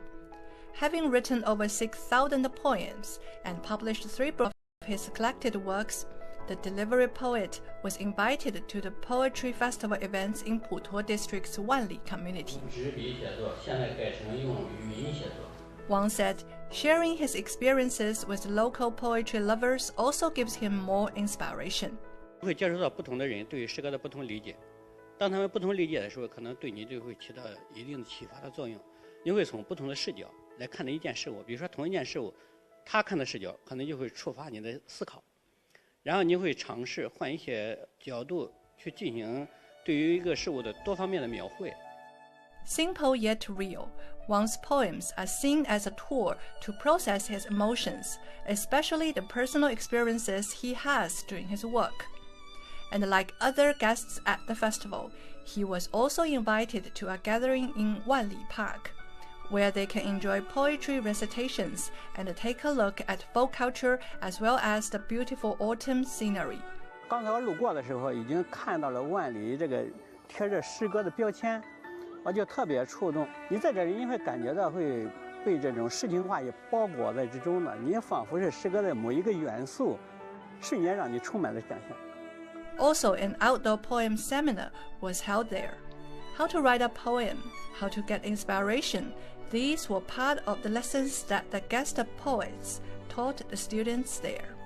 Oui, je suis toujours inspiré par les lieux que je traverse, les pays que je traverse, les gens que je rencontre. Et ici, je vois beaucoup de choses nouvelles pour moi. Et je suis sûr que je vais emporter ça avec moi et que j'en garderai quelque chose dans mon écriture. Being in a new country, seeing new culture, meeting new people is always inspiring. And I'm very happy to be here with the children, with the kids who love literature, who love art and who are writing poetry. And for us to come here and interact with them is a great honor and great pleasure to understand what is the literature scenario here, and also interacting with the other poets from other countries. It's the 3rd time the Wanli community participating in the poetry festival, and the local government says they will hold more events like this time to create a great cultural atmosphere in the community. 我们的非常欢迎来自世界各地的诗人们到我们万里，而且深入到我们社区进行一个交流。诗人们呢，可以在我们万里公园进行读诗、写诗、寻诗，和那个我们社区居民呢，以及我们的学生朋友呢，一起进行一个互动。Zhao says the community will continue to participate in events like this, and later it will hold its own poetry festival as well. Also, a poetry society has already been established in the community, with a collection published annually.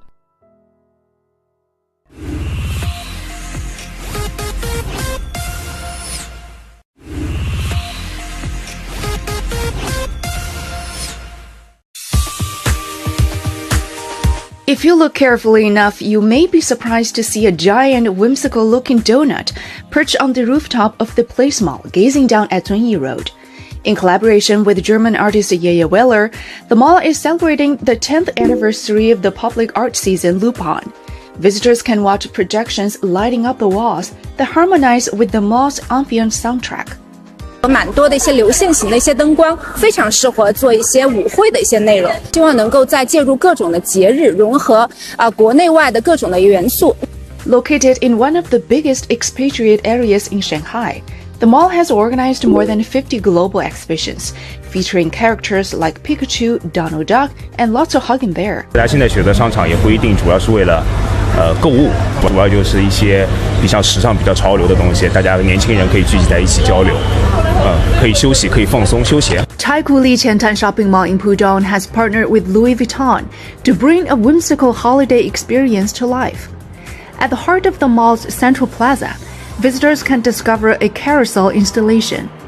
It features a dazzling array of animal figures that blend storytelling, artistry, and retail theater to creatively capture the holiday spirit.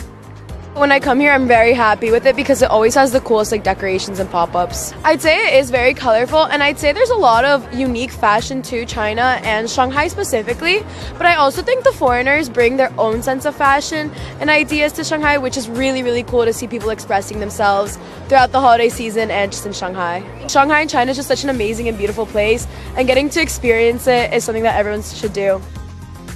While you are at Taikoo Li Qiantan, don't miss the Transforming Their Lives of Cats exhibition. It shares the heartwarming tales of individuals who have taken in storylines. This 2-week exhibition features 30 before and after photo sets of cats that reveal how the trajectory of their lives changed dramatically after they became beloved pets. Also in Pudong, CenturyLink Mall has ushered in its holiday festivities with the launch of its Wonderland of Life art exhibition. In partnership with illustrator Zhang Wenqi, a moon-shaped fountain is surrounded by twinkling stars, along with whimsical installations inspired by amusement parks. People are able to join workshops for woodcut printing, silk printing, and perfume making. 带来了40多位艺术家的作品。我身边这一个的话呢，是金宇澄老师的作品。那金宇澄大家都知道是《繁花》的作者。版画本身呢是一个价格相对亲民的一种艺术形式，希望大家能把艺术品能带回自己家。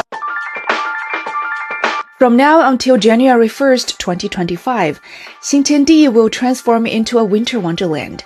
Imagine festive animals straight out of a fairy tale gathering in a magical snowland.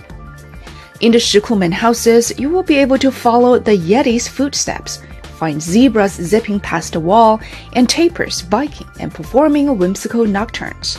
My mom have been here a few times, and she told me it's nice, so even better of what I expected. Xintiandi is always a gateway of the East Midwest. Yeah, well, 20 years ago we started with preserving all the heritage building. This is very interesting. At that time, we preserved the building but introduced a new Western lifestyle. Because of the visa-free policy, I think lots of people would like to go back to come to China. If you come to Shanghai, you definitely see they will come to Xintiandi. And don't miss the 30-plus snow animal parades and meet the greets scattered throughout the season, which will surely warm your heart. Plus, enjoy theme discounts and shopping perks, making the festive spirit even sweeter. The fun continues at HKRI Taikoo Hui, where you are able to see a giant painting by photographer Elisaveta Porodina and illustrator Long Di that brings vibrant colors and lively characters to life. People experience art in a multitude of ways. Some people experience it very intuitively, very visually, and some people do need a bridge, and I want to be able to help to build this bridge by explaining my intentions, by helping create links. In partnership with Art 021 Contemporary Art Fair and IAG Art Center, the mall is displaying artworks from a variety of artists inspired by childlike wonder. They include paintings, sculptures, and installations. Property Investment and Development Group Hong Kong Land unveiled its 60 billion yuan Westbound Central project in Shanghai. The project includes 240,000 square meters of retail space, 650,000 square meters for offices, and 50,000 square meters for cultural and artistic venues. The area was once the site of Nanpu Station, which was a warehouse in 1907 during the Qing Dynasty. It's part of the city, but it feels a little bit away from the city. It's got that. It's got a lot of green vibe to it, a lot of pets, a lot of animals, a lot of families. There's always been this cultural exchange, this metropolis of cosmopolitan society connecting together through food, beverage, art, culture, architecture. It's an amazing mix of West meets East, in my opinion. It's just, for me, there's really no place like it in the world. It's really, really special place, Shanghai.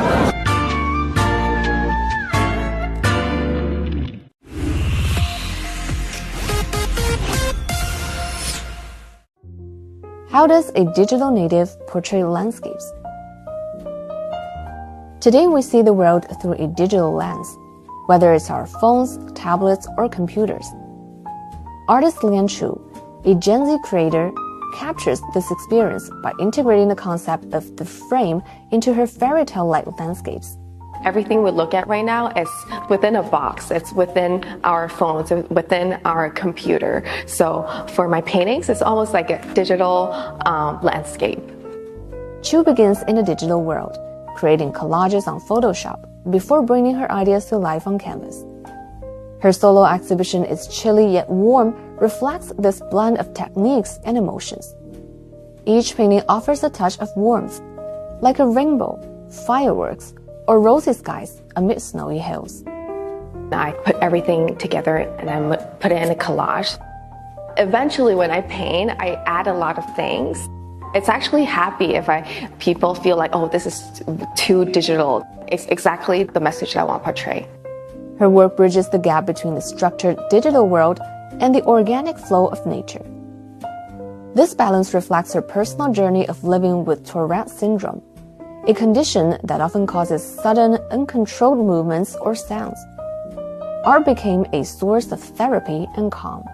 Whenever I paint, everything just calms me down. But I think the syndrome, it's very active when you're very young. I had a hard time communicating with people.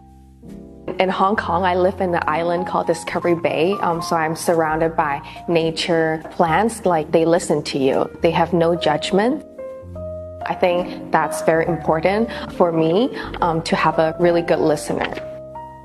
Amid the endless stream of digital visuals, Chu's work poses questions about how we perceive the world. Can we still separate artistic creation from digital artifacts? Do we still marvel at the wonders of daily life? Her recurring childlike protagonists offer an answer, reminding us of the innocence and curiosity that many lose in adulthood.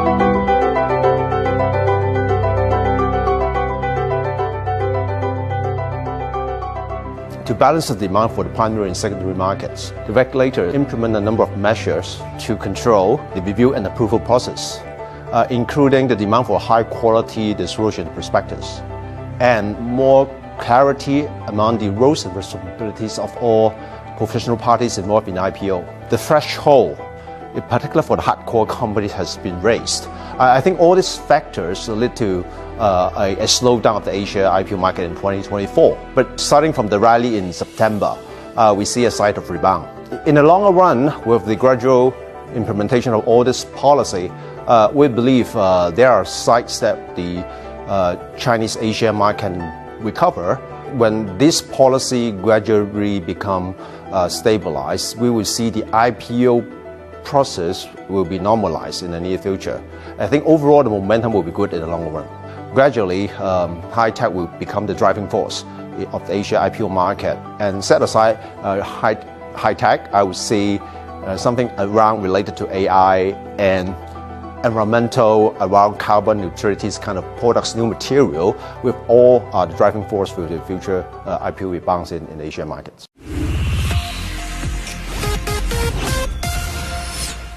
Everyone's waiting. You're the only Pinky who kept staring at the... Close your eyes and think back to your childhood. What are your favorite TV, movie, or literary characters? Did you rush to buy their toys, dress up for movie screenings, pretend you had their superpowers? My Little Pony, Peppa Pig, and Transformers are characters with seemingly everlasting appeal. They are all around us and more powerful than you might believe. For merchants, the right character can boost the look and feel of a product and significantly increase revenue. 基本上能卖10万的产品的线下零售店都会看到小马宝莉的身影。漫威那一些的话，在国外挺火的，但是在国内也蛮火的嘛。比较想和就是我们中国传统文化的一些 IP 去做结合。刚刚那个逛到了一个中国奇谭，还有像这个舞皇，就是比较热门的一些 IP。 But before you use these cute and cuddly characters, one thing you need to do is pay for licensing, which typically occurs between an IP rights owner and someone who's authorized to use the rights. The China Licensing Expo, the largest of its kind in Asia, has been held in Shanghai for 16 years. The expo has gathered more than 2,500 popular IPs from home and abroad, allowing thousands of retailers, licensees, and manufacturers to connect with the brand owners. We already are licensees of many brands that are European and Western, like Hot Wheels, Barbie, Snoopy, and now we're seeking also some brands that are mainly Asian, that are small and cute. We are over here for the research and as well as the exploring different opportunities of the partnerships with the local brands as well as the variety of products that are being manufactured. We are expecting some manufacturing units to be in hand, to go for a long time. We are here to realize the real quality, how the product will be feeling in our hand, so that we can sell it to our customers.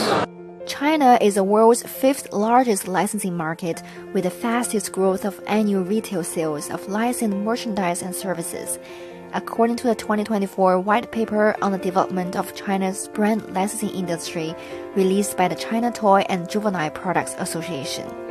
The market is expected to reach over 100 billion yuan in the next few years. That means more consumers are waiting to pay for licensed products. A good example is My Little Pony trading cards, which have gained immense popularity among elementary school students in China. The cards are sold in packs with different levels of rarity. The rarest cards have recently been priced at 160,000 yuan on the secondary market. We've had a phenomenal success in trading cards, which we're really pleased about. But we're also seeing a really strong resurgence in My Little Pony. The brand is 41 years old now, but in that time we've seen it evolve. But the heart of the brand remains the same, and that is really the humour, the characters, the magic, the friendship, and that was really what is consistent with the brand and keeps it as relevant today as it was 40 years ago. Many original Chinese IPs like D-Duck are also making their presence felt in the licensing market, seeking to expand their overseas market.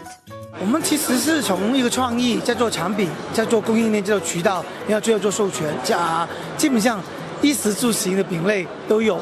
现在我们大概有接近500个被授权商，我们应该是第一波在海外做授权的中国 IP， 比如说泰国、马来西亚，我们都有被授权商。 南美、智利啊、墨西哥啊、巴西，我们都有被授权商。Given the huge business opportunity and the need for IP protection, China's licensing market is already widely open. Besides the licensing expo, many online licensing agents have sprung up to connect IP owners with potential buyers. 通过我们自有的我们的渠道，然后包括我们运营的电商的这个平台，可以将我们的 IP 精准的定位到我们的 C 端的消费者的这个人群当中。同时，我们还帮助被授权商去开发一些比较有创意的这样子的授权产品。因为今年2次元的这个 IP 是非常火爆的嘛，所以我们成立了我们的果子团队。那么接下来我们也会在线下活动、线下体验类会有更多的这些内容的一些呈现。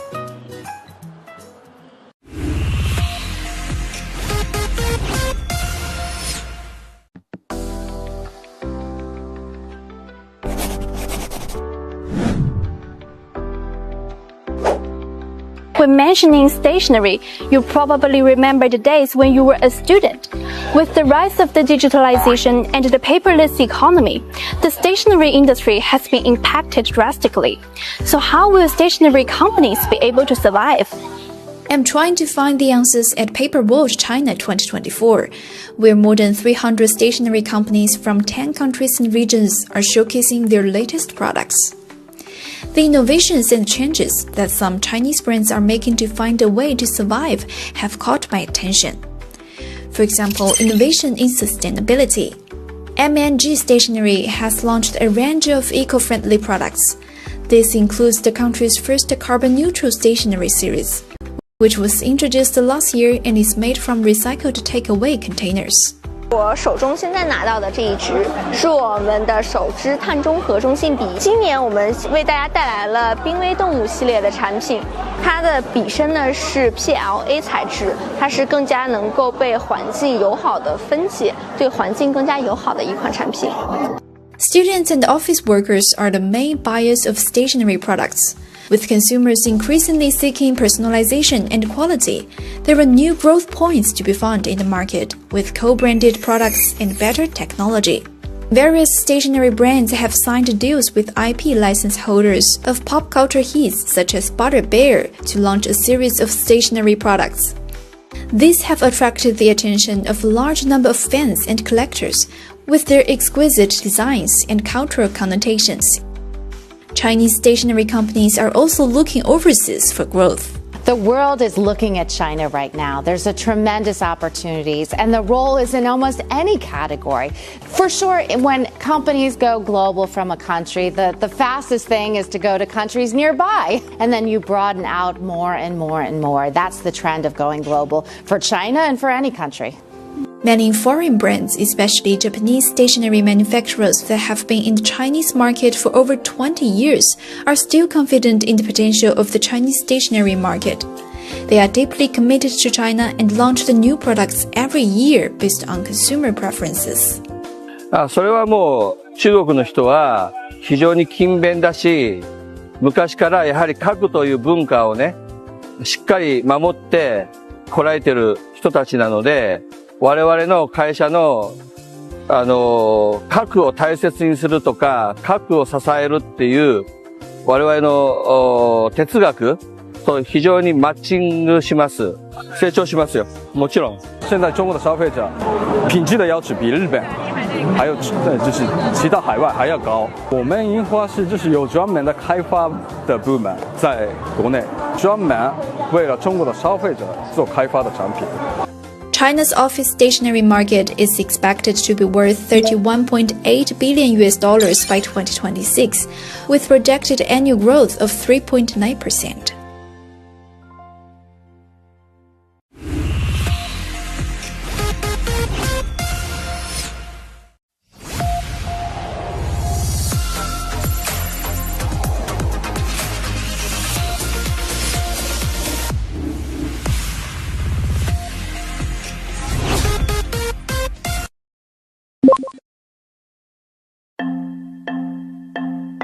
China has expanded its visa-free policy to 9 more countries on a trial basis from November 30th, 2024 to December 31st, 2025. These countries include Bulgaria, Romania, Croatia, Montenegro, North Macedonia, Malta, Estonia, Latvia, and Japan. So far, citizens from 38 countries can enter China without a visa for purposes of business, tourism, family visits, exchanges, and transit. The visa-free stay period has been extended from 15 days to 30 days. あっという間に終わって、便利というか、戸惑うことなくスムーズに手続きができてよかったです。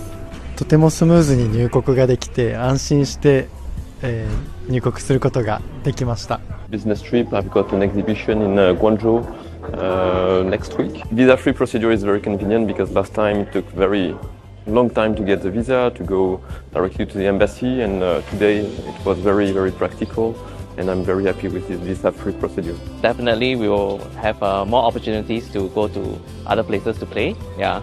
So in Shanghai, like for example, in Disneyland or to other tourist sites in China. Yeah. So it'll be more convenient for us. At Shanghai's 2 airports, the new electronic foreign entry card system allows foreigners to fill out entry card online and print them upon arrival, reducing waiting time at customs. 同时呢，我们开通了7乘24小时运行的12367移民政务服务热线，为中外旅客提供多渠道、全天候、多语种的出入境业务咨询服务。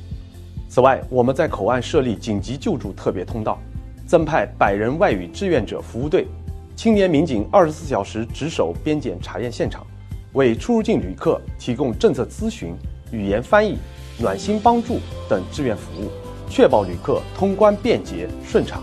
As of November 30th, the number of foreign visitors entering through Shanghai's ports reached over 4 million this year, doubling the figure from the same period last year. More than 1.3 million entered visa-free, a 4.8-fold increase from last year.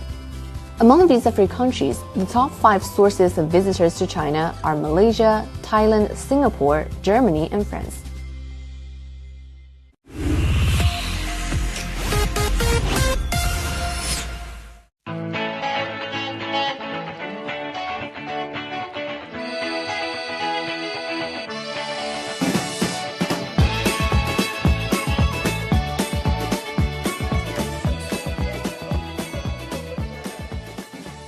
In 2023, there is almost 800,000 Chinese tourists come to Indonesia, so it's quite promising for us. This is the best time to increase into 6 times a week. It will be 7 times a week by 2025.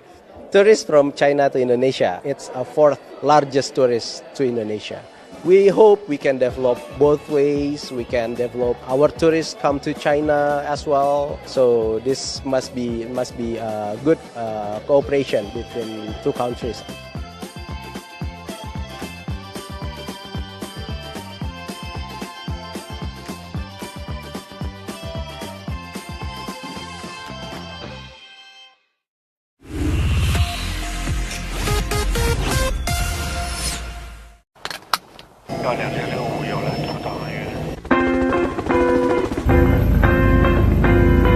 I'm headed to Disneyland today, and guess what? I'm taking a helicopter.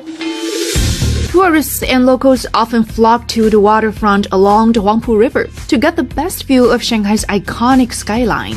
But now there's a new way to get a look at Lujiazui and the Bund. This Bell 429 helicopter will take us on a nighttime journey over the Bund and Lujiazui. Let's go. The pilot said I'm lucky, as air quality tonight is great, which means we'll be getting perfect visibility for our flight. So before we take off, there's a bit of homework to do. Filling out information forms and reading through the safety instructions is all part of the experience. Once we're in the air, we'll be wearing a set of noise-reducing headset that allows for a direct line of communication with the pilot. The flight base is only 4 kilometers away from the Shanghai Disneyland Resort. If you are lucky, you might be able to see the fireworks show. The 15-minute journey gets to the Huangpu River and Nanpu Bridge, then follows the center line of the river, passing through the dazzling lights of the Bund waterfront and the Lujiazui business district. I've seen all of these buildings before, but never from this perspective. The Oriental Pro TV tower is just so close to me. I feel like a little bird flying past Lujiazui's big 3 landmarks. Tickets are priced at 2,980 yuan per person, and the maximum capacity of the helicopter is 6 passengers. And we are now turning back near the Qinhuangdao cruise terminal. Our pilot is now slowing down so that passengers have more time to take in the views of the city on both sides of the river.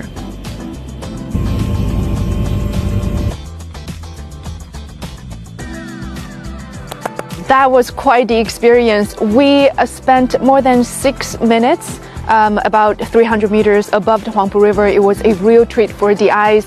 The stability and noise levels are quite manageable. It's only during those hairpin turns that some people may get a little queasy.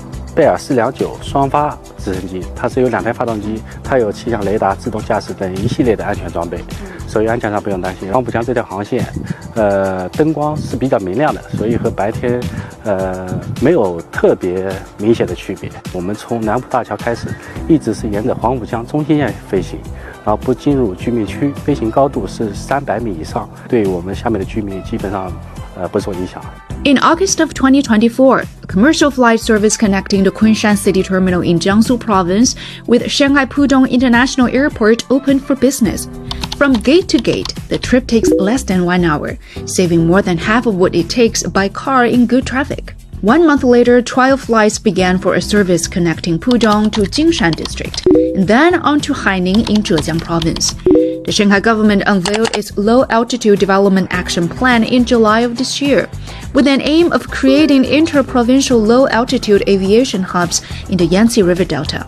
The Civil Aviation Administration of China says activity in low-altitude airspace, typically limited to under 1,000 meters, but can be extended up to 3,000 meters, was valued at around 500 billion yuan as of the end of 2023, and is expected to grow to 2 trillion yuan by 2030.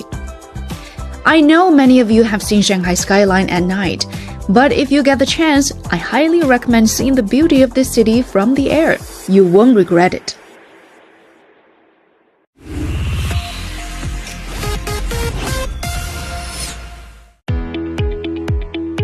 In 2023 and early 2024, the Chinese tourism market saw a recovery. Towards the end of 2024, it appears to be transitioning from rapid growth to a period of steady growth. In the first 3 quarters of 2024, tourist numbers rose by 15%, and total tourism expenditures increased by 18% compared to the previous year. According to a forecast by Accenture, one of the world's largest consulting firms, China's hotel market is expected to maintain an average annual growth rate of 6.4%. This attracted numerous foreign companies to accelerate their expansion plans in the Chinese market. On November the 22nd, Intercontinental Hotels Group announced it was bringing a new brand to China. So with IHG, we've been in China now 49 years, so we're not new to Greater China region. And we love to bring in new brands when the time is right and our customers are expecting it. So it's the perfect time for us to bring Atwell Suites into the Greater China region. We see the opportunity in China in terms of long-term, extremely valuable. We're so still under-penetrated in the market that we see the future as being very bright. We'll continue to grow our brands, continue to enter markets. IHG positions its Atwell Suites brand as a sophisticated hotel tailored to younger travelers. As the younger generations emerge as the primary driving force in hotel stays, capturing the youth market has become crucial for hotels operating in China. So for foreign companies, it requires continued focus on their areas of expertise, especially leveraging strengths in cultural experiences, outdoor sports, and IP operations. So the steady growth of domestic tourism consumption and the increase in per capita spending both drive the improvements in the service quality of tourism industry.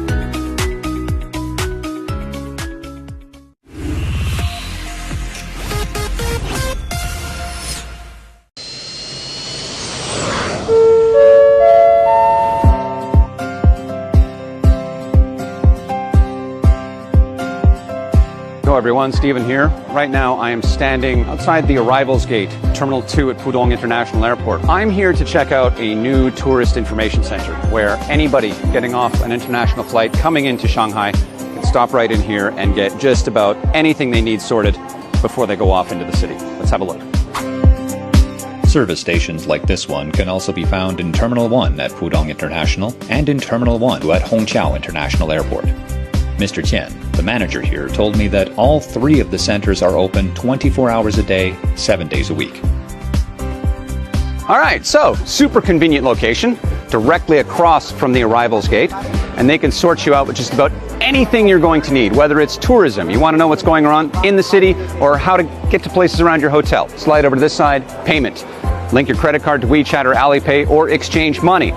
Back here, the other 2, transportation. This is where you get transit cards or even a Shanghai pass if you're interested, which actually works in other cities as well in terms of transport. And then finally, over here, communication, where you can get a temporary SIM card. 7-day, 15-day, 30-day, perhaps for you, maybe for someone you're traveling with. It's a real one-stop shop, and it's just super convenient.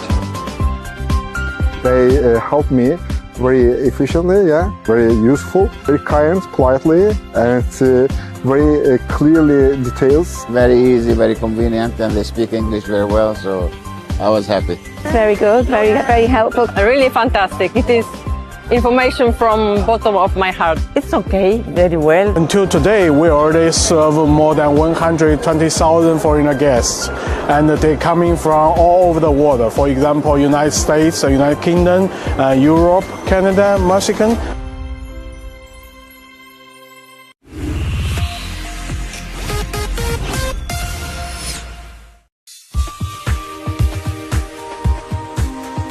We are from Germany, and for us it's a good opportunity to look around and see what's going on in China's supply chain. There should be more shows like this happening. I don't have to go every part of China, just meet everybody in one place. From sleek sports cars to state-of-the-art electric vehicles, Automechanica Shanghai 2024 is celebrating its 20th anniversary by gathering more exhibitors from around the world than ever before. And this year, the focus is on green transportation and a sustainable future. Diesel engines, 100% are equipped with turbocharger, and about 40% of gasoline engines have turbochargers because they help to reduce the consumption of fuel, which is very important to us because we want to reduce the production of CO2. From a smart robot that paints cars. 我们机器人可以自己的洗枪，喷涂过程中可以自己去拿油壶，可以把这个撞坏的汽车零部件进行一个完整的修复。To a portable charging gun. 芯片集成的比较小，整个外观比较迷你，可以把它放在车上，在露营营地里面都可以采用这种 CE 取电的方式来实现一个简易的充电方式。1/3 of the exhibitors that show at this exhibition have a direct relationship to basically the EV. So that's the transition from a combustion engine to a zero carbon emitting engine or powertrain. And that's unique at this exhibition of all the exhibitions we run globally in the Automechanica portfolio. And that's why Shanghai is one of the leading events in this portfolio worldwide. I think the transition is enormous, and the transition in China has been handled in an extremely efficient manner. In Côte d'Ivoire, there's certainly a lot of Chinese manufacturers of EVs that are starting to enter in that market, and so we want to learn more before we go into that market. I mean, a part of it is not just the EVs themselves, but the EV infrastructure, right? We need charging stations and all those types of things, and so we're going to be learning about that here too. When it comes to battery and battery technology and the ecosystem and the raw material that goes into manufacturing battery comes from China, so I mean it's a big advantage. Special parts for tractors like pistons, turbochargers, cylinder heads. As far as an export hub, many of the exports from China are made from Shanghai. So a lot of times we manufacture and ship to Shanghai for export or to the northern port of Dalian in some cases. Components such as motor controllers, battery management systems, and high-efficiency electric motors all contribute to energy conservation and emissions reductions in new energy vehicles.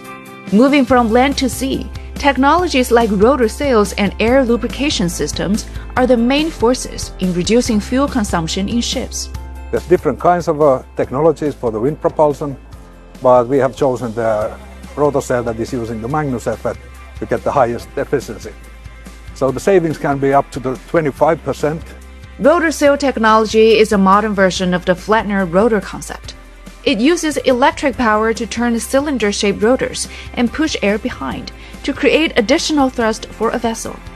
The Finnish wind propulsion provider just opened the world's first dedicated rotor sail factory in late November in Yancheng, Jiangsu province. We see the whole potential in China, so it's definitely correct place to be. The plan for the very first factory, the annual capacity is 100 units. The company has also partnered with a Shanghai-based company to manufacture the core component of the rotor sail, the stator. The first stators were delivered on November 29th. 现在节能减排包括清洁能源的利用，这个是在全球是达成共识的。在这个趋势之下，我觉得大家应该更加开放的去把自己的这个清洁能源技术应用到更多领域。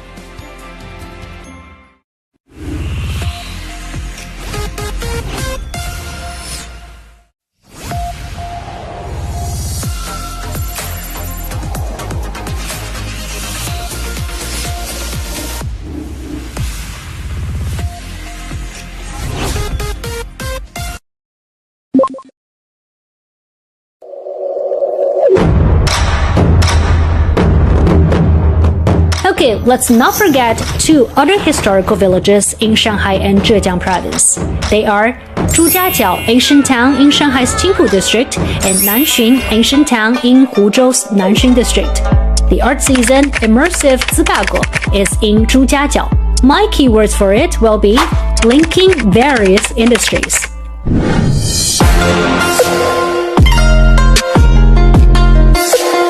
From September the 26th to October the 6th, 2023, Immersive Zigaguo featured live dramas and art installations across the historical site.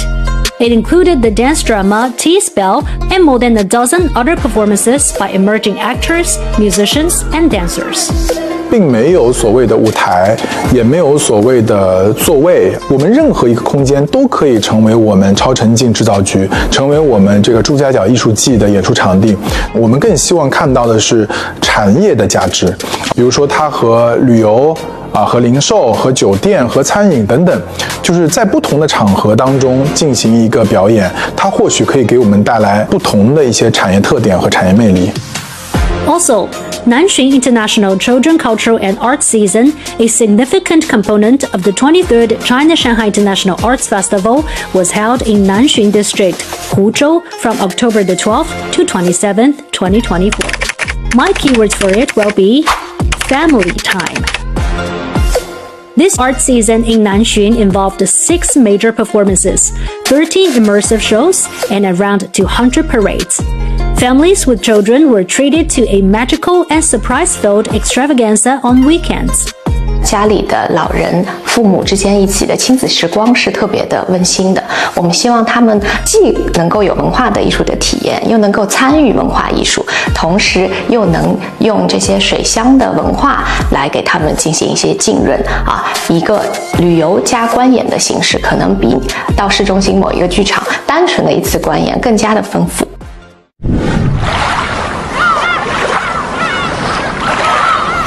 Enough about southern China, let's head north to the resort town of Arania in Hebei province.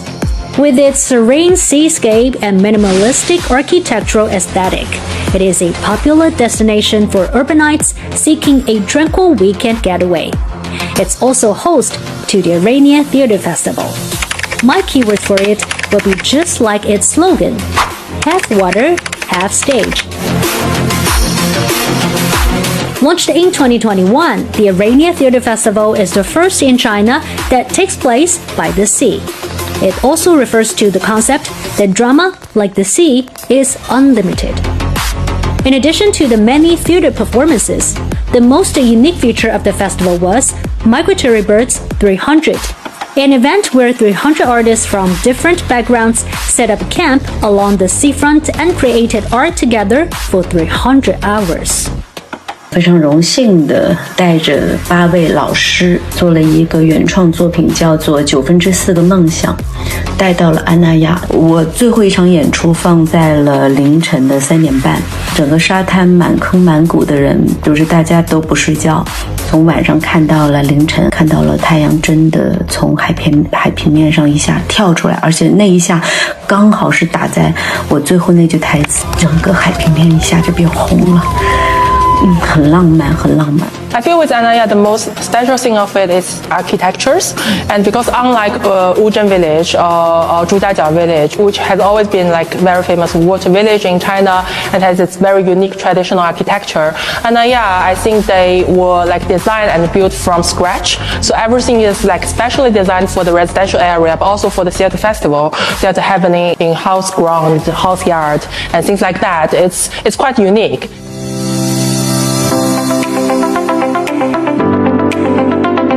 Whether it's a scenic water town or a romantic seaside, whether it's within or without the theater, whether it's for students, families, young people, or seniors, theater festivals give people strength, hope, love, and joy. Although those theater festivals are still growing, they're all making efforts to cultivate different seeds within the country's performing arts industry. All of them are developing gradually and surely will blossom in the near future.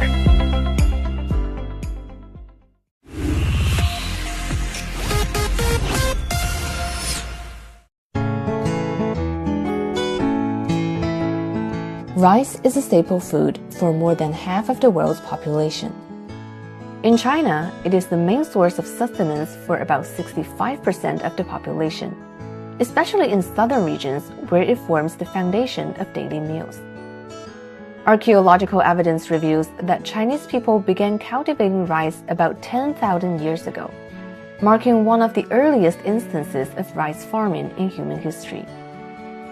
In addition to the grains we eat, every part of the rice plant can be processed into something new. Here in Shanghai, the straw has been woven into a 150-meter giant rope stretching from the museum to its own fold. You heard that right. Jiayuanhai Art Museum in Shanghai has its own rice field. Amid the city's bustling pace, artist Shen Shaoming invites us to pause to see rice not just as food, but as a story woven into the land, etched in his own memory and stamped within each of us. The museum's unique setting is the starting point for Shen's exhibition. 我第一次来看到这片稻田，让我很兴奋，很冲动，才有了这个展览。所有的作品啊，都是和这片稻田有关，都是在这片稻田里边生长出来的。包括我们现在看到这个稻草绳，目前可能是全世界最粗的一个草绳，它直径有将近60公分。This massive rope leads to a unique installation, a space woven from straw housing 5 goats. 稻草是羊的主食嘛。它吃完了这个里边的能吃的东西，它就会吃这个稻草绳。它把稻草绳吃断，它就会从空间里边走出来，获得自由。这是一个巨大的食物，对羊来说，但是也是控制它的一个庞然大物。所以这个作品叫《被食物困扰的羊》。Inside the museum, the curator unveils more surprises. Artworks that blur the line between illusion and reality. When I first saw this work, I thought, oh, this just like dry, like rice, like leaves and the stems. But turned out each piece is made individually with ceramic. This is similar. It's also just create an illusion. You feel it's a straw, but actually it's made of ceramic. And here is a beautiful background made of ash. And you can still see the rice, whatever, then burned into this beautiful charcoal color. The artist's message is simple. 我们每天都在吃米饭，但是我们很少关注它。But why is he so fascinated by rice that he created an entire exhibition around it? If you take a closer look at the poster, you will find his story. When I was 5 or 6, China experienced a great famine. Forget about rice, there was hardly any food. I didn't have a proper impression of rice until I was about 10, when we could only buy it using ration coupons at food stores. Once a year, during the school sports day, my mother would pack a lunchbox of rice with shredded potatoes. I wasn't even interested in the games. All I could think about was lunchtime, eagerly waiting to taste that rice and potatoes. It was the best meal I can remember. Food ration coupons, known as 粮票 in Chinese, were issued in the 1950s when food and other commodities were scarce. The system was abolished in the 1990s as agricultural and industrial production improved. I remember every grain of rice for me was so valuable. Young people probably don't have the same feeling, but for me, rice is always connected with my own being, my own life. In the early days after the founding of the People's Republic of China, the grain output was approximately 100 million tons. China's total grain output was over 695 million tons in 2023. Among them, rice output accounts for almost 30%. China's per capita share of grain reached 493 kilograms in 2023, higher than the internationally recognized security line of 400 kilograms. This remarkable progress in agriculture has allowed rice to take on meanings far beyond sustenance. 我是生长在湖南，从小我的家附近就是稻田。第一个认识的朋友是我在稻田里徜徉的时候偶遇的一个女生。我们的友谊发生得很迅速，当然结束的也很快，因为她马上又消失在了稻田当中。所以在我的心目中，稻田里充满奇迹，但是它又转瞬即逝，像我们的生命一样复杂多变。我是特别不爱吃米饭的一个，但是它只要变一个这个形式在我面前出现，我就会喜欢它。比如说这个米粉炒饭，我就会吃的还挺起劲的。我小时候经过稻田的时候，它为什么会给我带来很多乐趣呢？因为里头有很多的生物是我感兴趣的，比如说蛙，比如说泥鳅，比如说黄鳝等等，都拿着手电去那个照那个青蛙，照它往往被照了，它就懵了，然后就很好逮。2015年从事农业开始到目前为止，我是做大米的。我是从服装行业转向农业的。我们农场是在浦东新区宣桥镇，是一次偶然的机会，弟弟想做农业，我帮他土地找好之后呢，弟弟没来。后来呢，慢慢的把服装放下，然后把农业越做越好，越做越盛。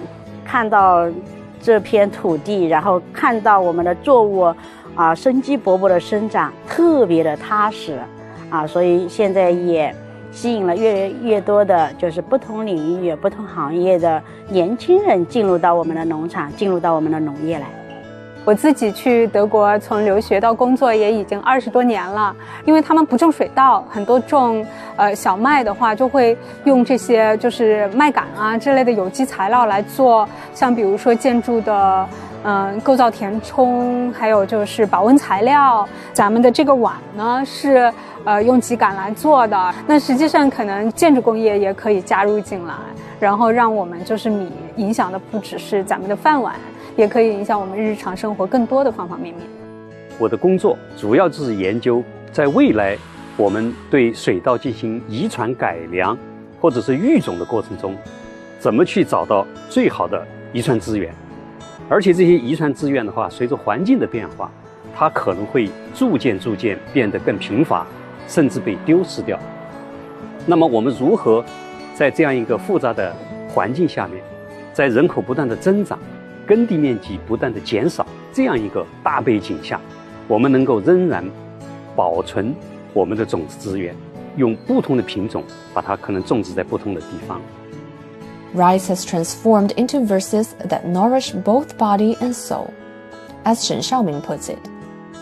I wish I could carve all my poems onto rice seeds and plant them in the fields, so the verses grow with the rice until they ripen into grains and are eaten, filling people's stomachs.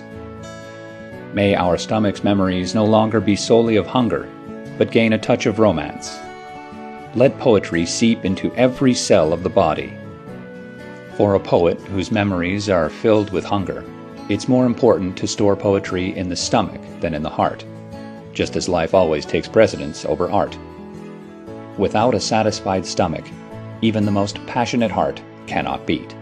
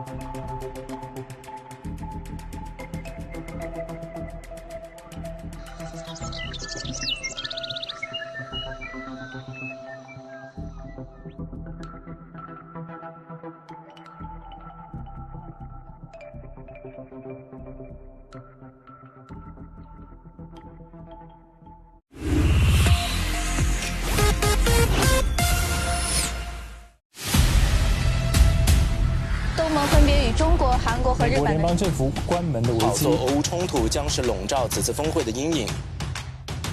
敦促其他国家要避免火上浇油。我在这个半个地球以外的华盛顿给找到了。他们希望让自己的生活变得更加美好。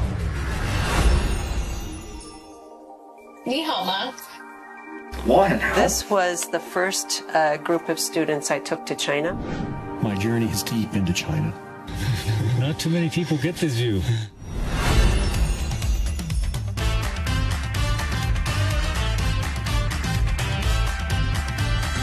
Very inspiring to look at.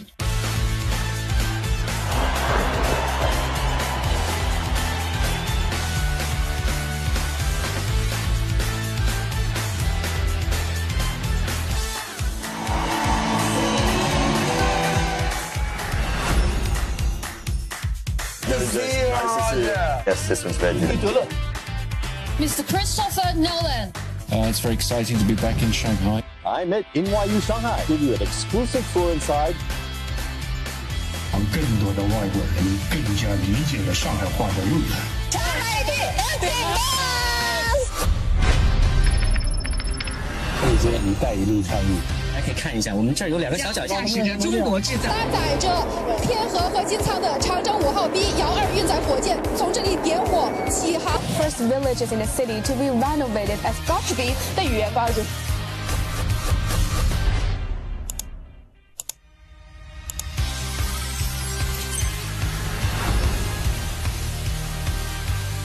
Welcome to the premiere of Chinese puzzle. Learning the differences. 对我佩服，但月光下却一直害怕自己退一步，你别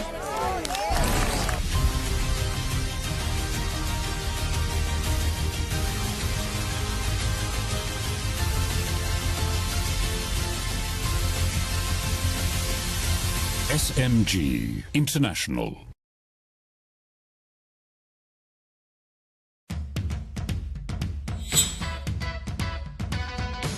Huangpu Marathon combines the International Roller Skating Marathon Tour. Regarde, cet événement a l'air génial. Oui, et Shanghai est juste magnifique. Ça me donne vraiment envie d'y participer.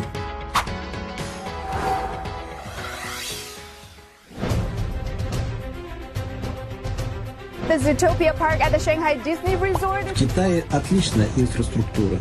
Путешествовать очень удобно. Время планировать поездку в Китай.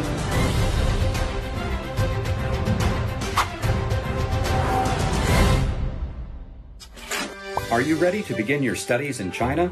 I've already begun learning Chinese. You can learn by following the Shanghai Eye 24-hour live stream. 和中国的天空，我们在同一天打天下。在世界的东边，有个文明古国，它叫中国。Like it blows my mind.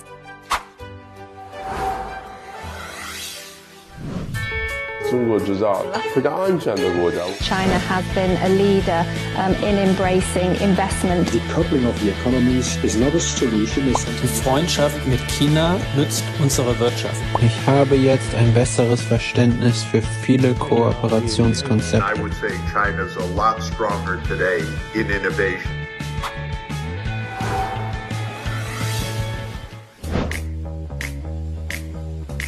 You should really check out these explanatory reports.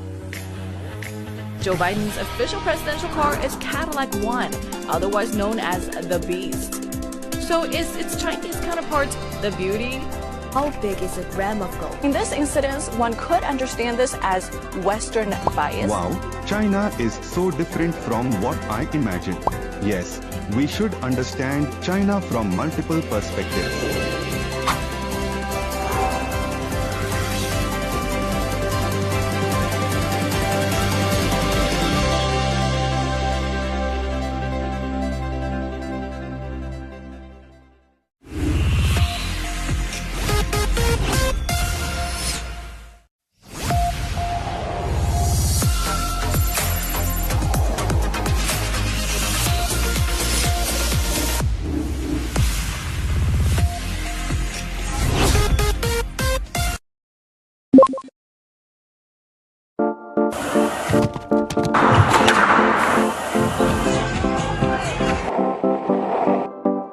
Shanghai is strutting its stuff on the global sports stage and is dead set on becoming an international sports mecca.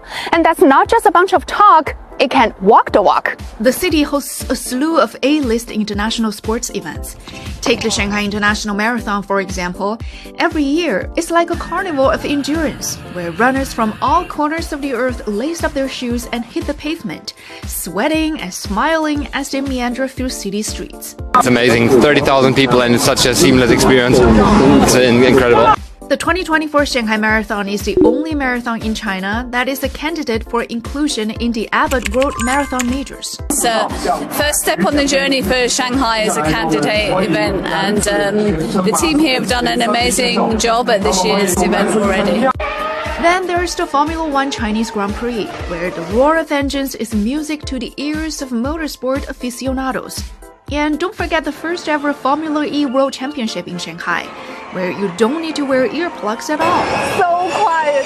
Other than it's the biggest EV market in the world, which is incredibly important, the biggest motorsport fan base in the world, and just an incredible place to come and race.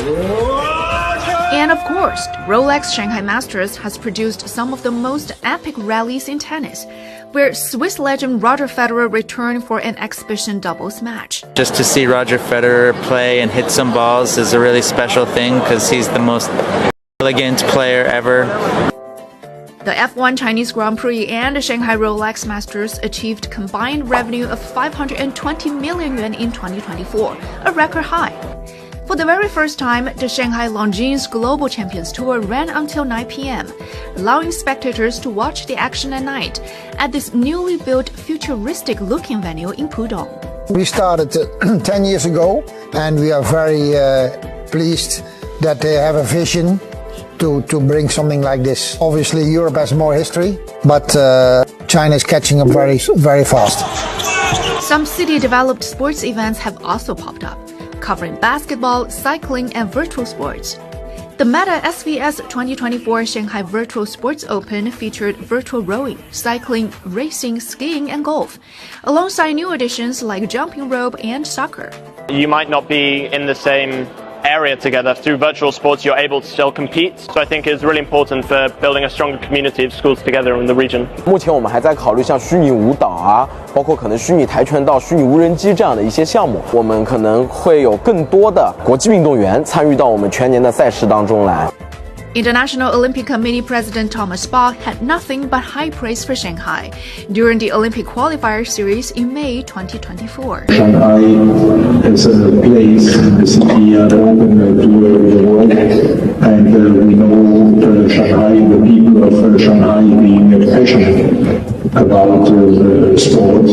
So therefore, it was somehow a no-brainer to decide where we would go first. All these events have been a magnet for top-notch athletes worldwide, turning Shanghai into a hotbed of sporting excellence. But it's not just about the big names and high-profile competitions. A total of 60 million yuan in sports vouchers were issued in 2024 by the Shanghai government, an initiative to encourage more people to take part in different sports. Shanghai also continues to spruce up its sports facilities. They are even being squeezed into the most unexpected places, like underneath elevated highways, in the nooks and crannies of parks, and on street corners. 特别是像我们这样的运动，它是需要场地有一定的层高的，所以说对于我们这种极限运动来说特别合适。然后它高架下面也不会淋雨，所以说在下雨天我们也可以去训练。 The vibrant sports scene has locals all fired up. It's a 24/7 fitness fiesta, and everyone is invited. 像矮人啊的话，自己的话就是比较适合这样的一个场地，然后包括它后面也会有更大的一个场馆，然后很适合我们不同的这个网球的爱好者去学习吧。 With all these options at their fingertips, the people of Shanghai are jumping on the fitness bandwagon faster than you can say touchdown, goal, or slam dunk.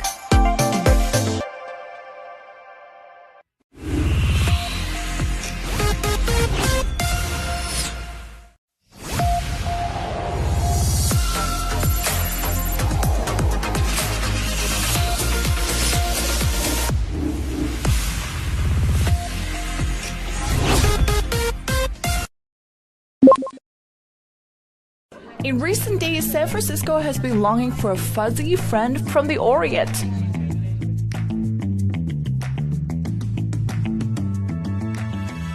This is the second letter from San Francisco Mayor London Breed to Chinese President Xi Jinping in 3 months, bidding for a partnership to host giant pandas from China.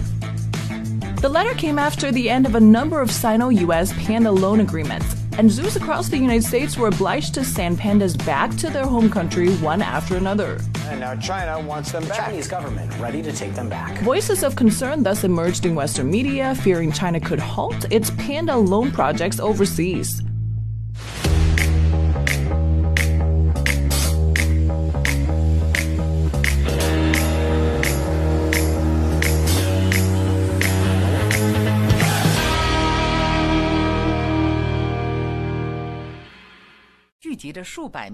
Over 20 pandas worldwide in total have been returned to China since last year. Around 50 are still abroad, 4 of which are in the US. Delighted at the homecoming of pandas, Chinese people are expressing gratitude for the devotion of foreign panda lovers. However, their emotions can be much more complicated.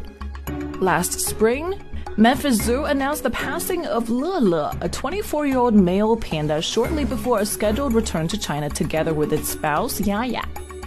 Le was reported to have died of heart disease. Widowed and seemingly in low spirits, Yaya's chronic skin condition caused an uproar on social media. This also triggered voices against panda loans in China. Based on protocol, China usually loans pandas in pairs to foreign countries. Panda cubs born overseas are to be returned to China after reaching adolescence around the age of 4. The life expectancy of wild pandas is around 20 years, while those in captivity usually enjoy extended lifespans of up to 30 years. A long-term panda loan program usually lasts for a decade and can be extended to 2. It's likely that a panda will spend most of its lifetime as an expat if the program is prolonged. Thus, some in China are against sending more pandas overseas, not even to very affluent host countries such as Qatar. Jingjing and Sihai, the first resident pandas in the Middle East, are now living in an exuberant $49 million house in the city of Al-Khor. With advanced ventilation and climate control systems, the indoor temperature and moisture of the panda residents are well adjusted, creating a tailored environment similar to the natural habitat in China. Some argue that Sihai, since she was born, enjoys lush woods and fresh air in nature much better than staying in an artificial environment. Fun fact, giant pandas have existed on Earth for 8 million years. Known as iron eaters in ancient Chinese sources, pandas boast a super strong bite force. These Kung Fu pandas are excellent forest scouts and are capable of hiding from predators on tall trees. China is the only country with a wild panda population. However, it's not like pandas are seen everywhere in China. Until 2021, it's been listed as an endangered species. The world's rarest animal. This is a giant panda brought from a remote jungle in mountainous In Tibet. 1936, Ruth Harkness, an American socialite accompanied by her guide, managed to capture a panda cub named Sulin in the mountainous western China. Later settled down in a zoo in Chicago, it soon became a media sensation. Unfortunately, Sulin died young, not older than 2. Nevertheless, Sulin was believed to be among the first batch of living pandas to be brought to the West. Such sad stories did not repeat too many times before China came to realize the rarity of this living fossil and crowned it as a national treasure. On behalf of the people of the United States, I am pleased to be here and accept the precious gift of the pandas and also these other mementos from the government of the People's Republic of China. 1972 was the year of ice-breaking between China and the US and of panda diplomacy. Over 50 years later, depoliticizing the issue and conserving the endangered species have become the new consensus in global panda projects. Still, Chinese people display a mixed attitude towards sending more pandas to foreign countries. Why?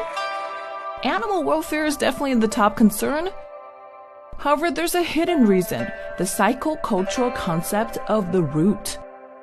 In China, even nowadays, the root signifies one's origin, often represented by one's strong attachment to the land, to the nation.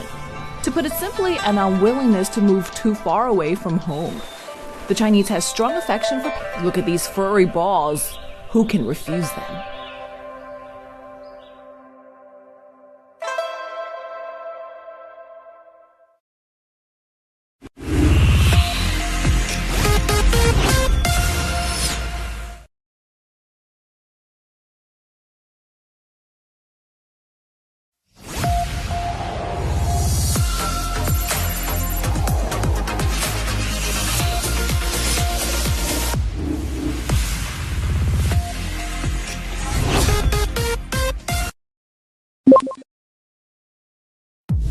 Tariff barriers, geopolitical tensions,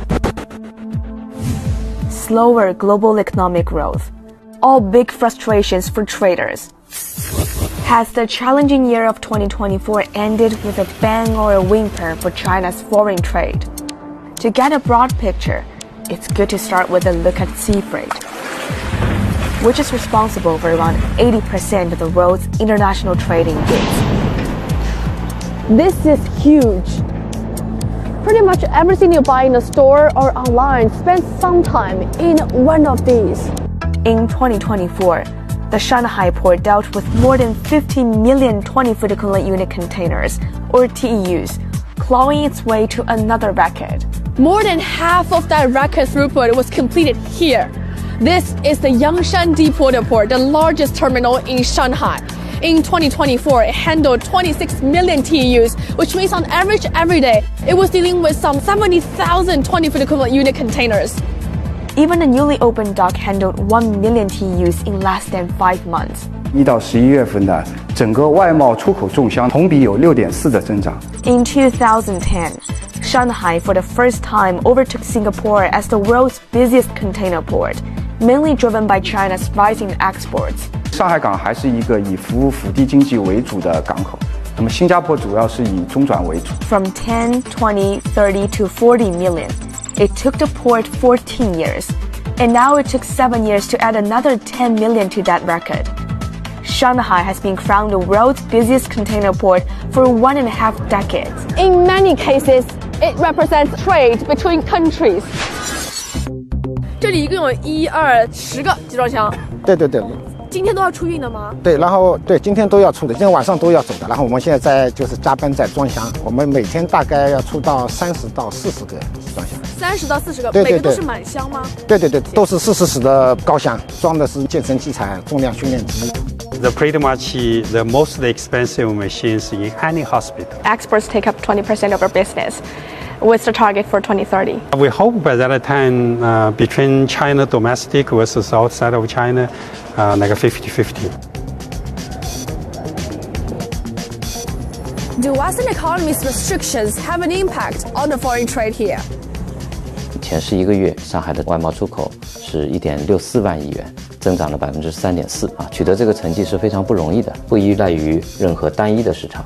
上海的外贸整体结构是不是发生了很大的变化？很多企业的产业链跟国外的一些产业链的合作是越来越紧密的。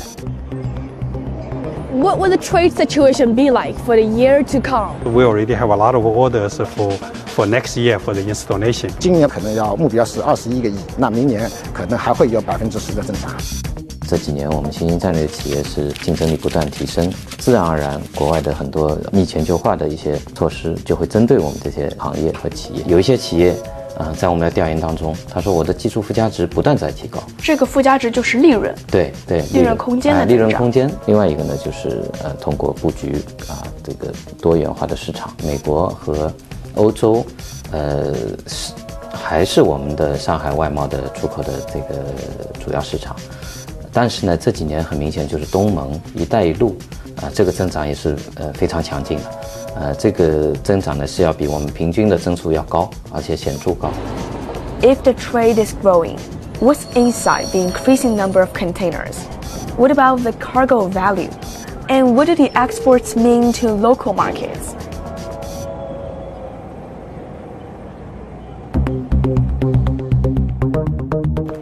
These scanning machines are perhaps among the most expensive equipment in hospitals.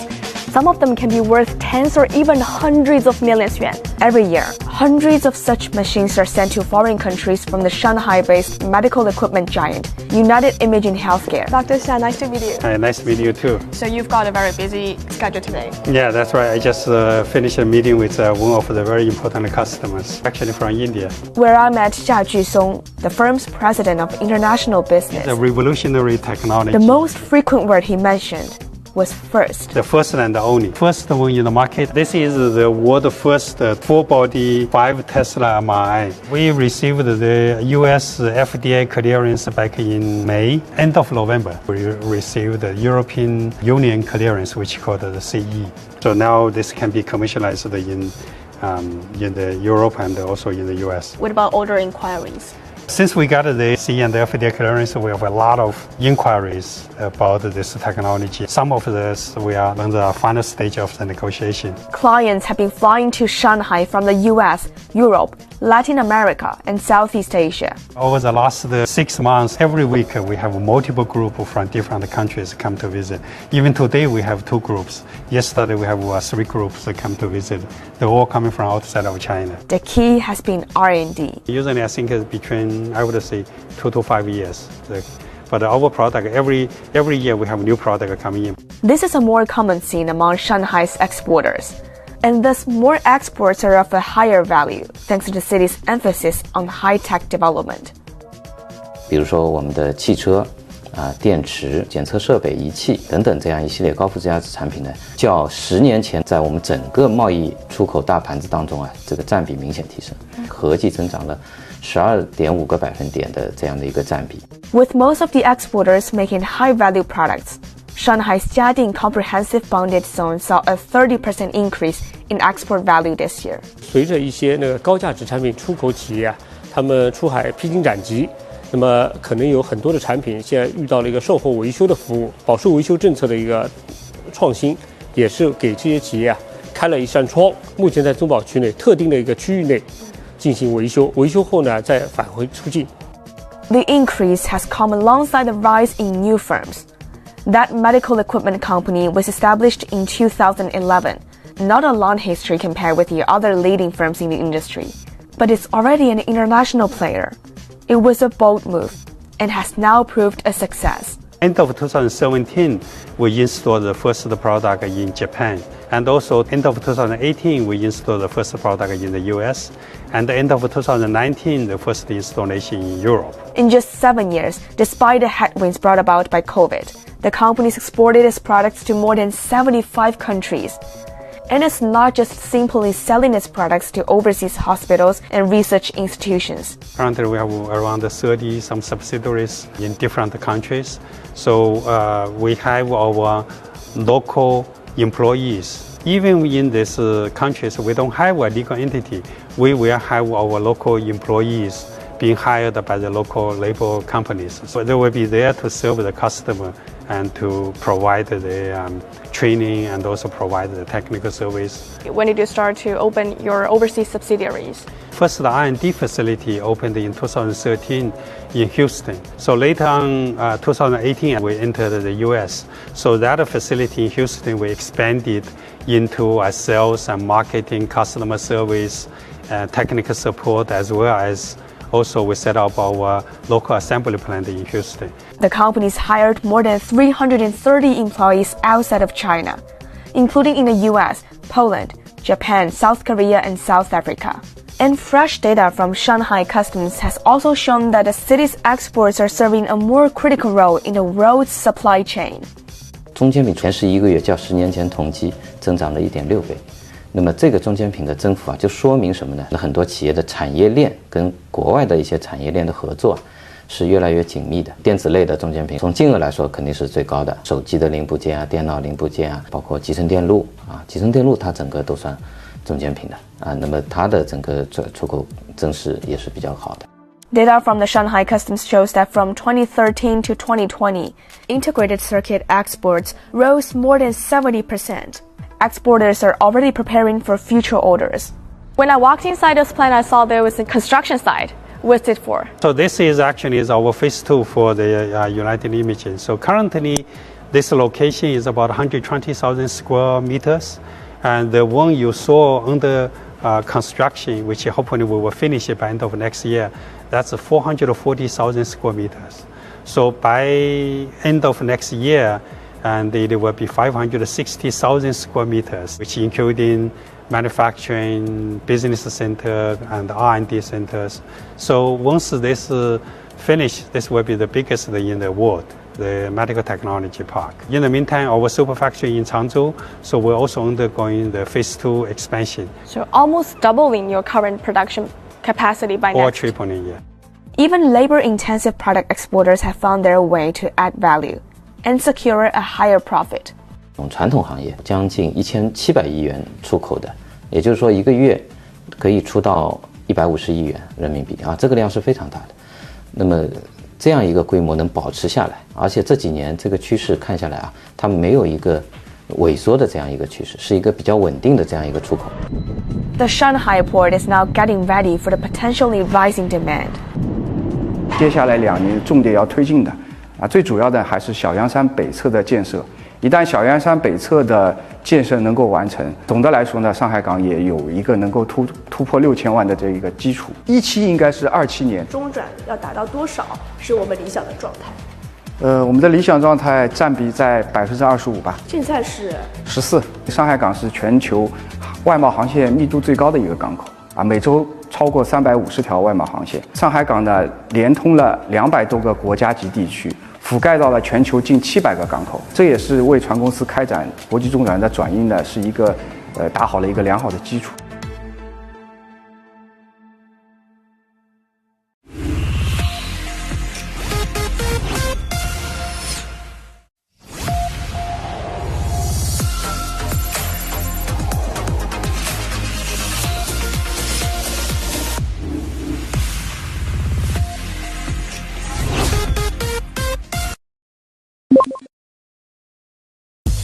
holding shopping bags, big or small, in different colors, or making orders within just a few clicks on the phone screen. We are in a world of consumers.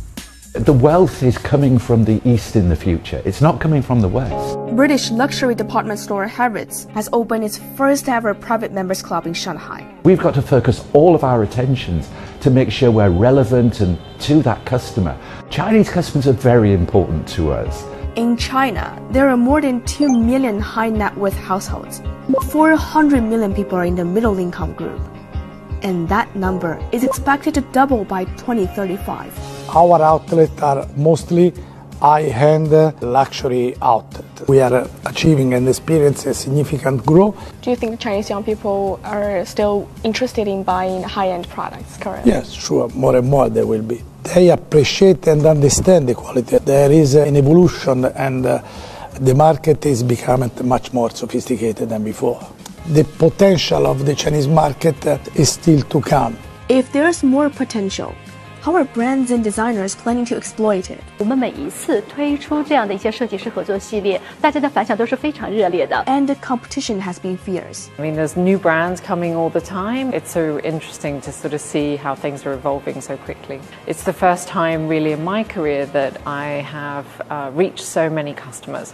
What are the consumers looking for? 对于我来说，还是设计比较重要。会看性价比，然后但最重要的是就穿上好不好看，可能每个月就买1-2件。以前就是好像看到喜欢的就会买，现在对价格还是会更敏感一些，更青睐买一些比较经典的牌子。So, lower prices, higher quality, more functions, and some consumers still prefer the big name brands. But it seems such demand has been amplified recently. 最近最大的一个消费需求可能是旅行，我后面有去海旅行的计划，所以会想买一些就是那种吊带裙啊，会更谨慎，最好是这次旅行可以穿，然后下次日常什么场景也可以穿一下。And that's what makes some retail formats and campaigns stand out. If there's one thing everyone loves, it's a good deal. That's one reason for the strong growth in sales at China's outlet malls since 2020. And it's proving to be more than a pandemic blip. Our overall performance delivered outstanding results in 2023, attracting over 25 million customers with a footfall by nearly 20% and exceeded the sales over 13 billion, representing nearly 50% on the previous year. Italian property developer RDM Asia now owns more than 500,000 square meters of outlet plazas across China, hosting more than 1,300 stores, bucking the slower sales growth reported by multiple luxury groups. With all 7 of its Chinese projects, at the end of last year, it had 5 million members, and is getting around 30,000 new members each week. There is some brands are doing up and down, so it's a market that is a little bit in difficulties, but I think China market is very resilient, is a market very big, and for sure it's just a question of few months or next year the market will start again as before. I'm extremely confident, and so we see a long track of growth for us as well for the country. More brands seem to have noticed the trend. We have a lot of brands that are willing to come in our asset.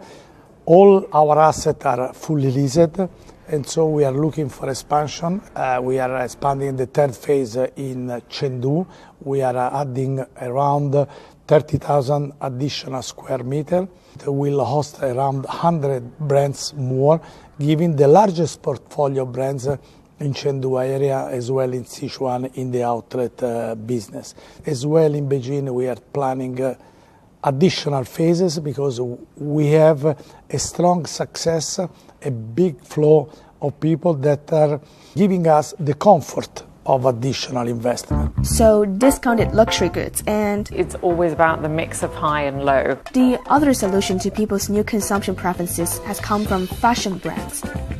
Japanese fashion brand Uniqlo has launched its first spring and summer collection cooperating with an haute couture designer. So that brings a sort of sense of luxury at a much more affordable price. For me, it was really important to bring something of my experience working in the luxury industry to a much more affordable price. It's the first time really in my career that I have reached so many customers. All products in the new collection are priced similarly to the brand's other products, most below 500 yuan or $70.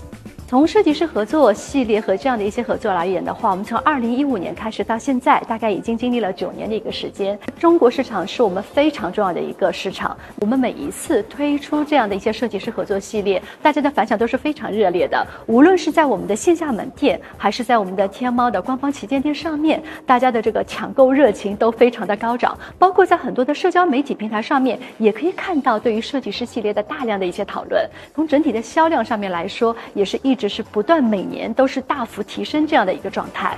The newest summer collection has only been on the market for around 2 weeks.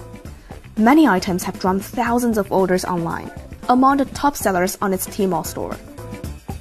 Consumption is always one of the keys to the economic growth in China, last year contributing 80% to the GDP growth. No surprise that the government has been constantly highlighting the priority to drive consumption. As a result, during the first 2 months of this year, retail sales of consumer goods jumped 5.5% from the same period last year.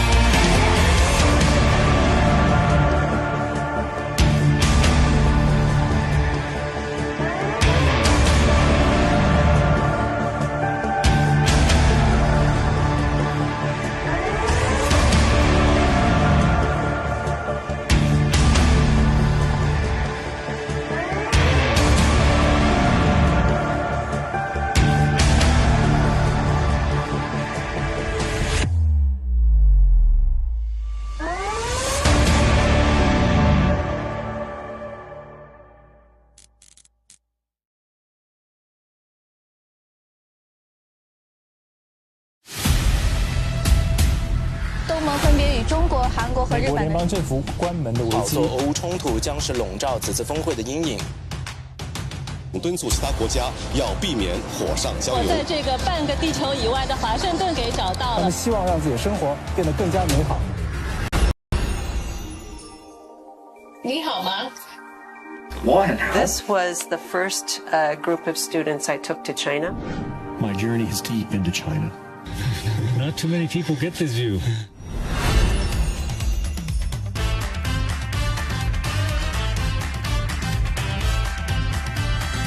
Very inspiring to look at.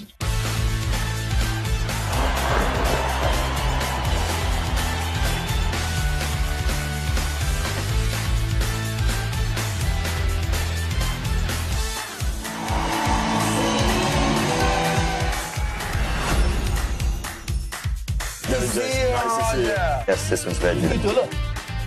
Mr. Christopher Nolan.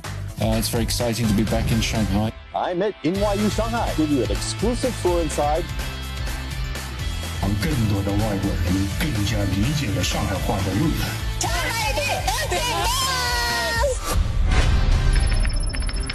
Please 接“一带一路”倡议。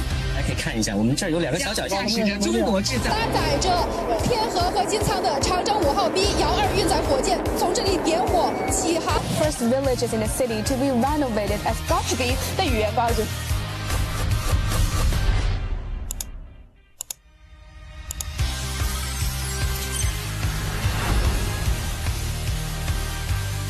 Welcome to the premiere of Chinese puzzle. Learning the differences. 对我佩服，但月光下却一直害怕自己退步。你别。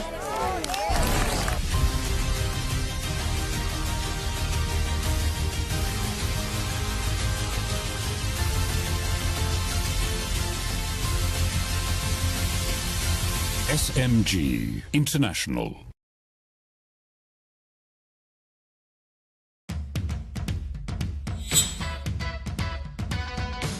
Huangpu Marathon combines the International Roller Skating Marathon Tour. Regarde, cet événement a l'air génial. Oui, et Shanghai est juste magnifique. Ça me donne vraiment envie d'y participer.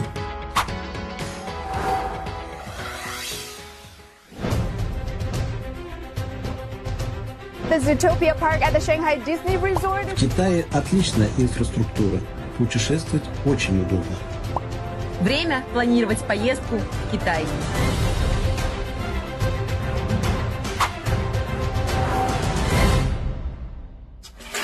Are you ready to begin your studies in China?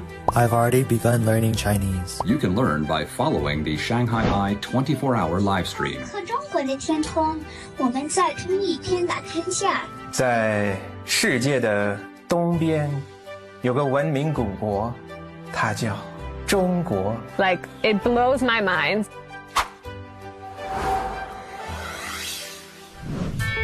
中国制造非常安全的国家。China has been a leader in embracing investment. Decoupling of the economies is not a solution. Die Freundschaft mit China nützt unsere Wirtschaft. Ich habe jetzt ein besseres Verständnis für viele Kooperationskonzepte. I would say China's a lot stronger today in innovation.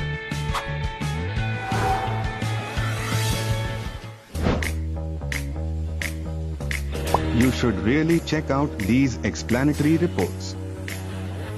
Joe Biden's official presidential car is Cadillac One, otherwise known as the Beast.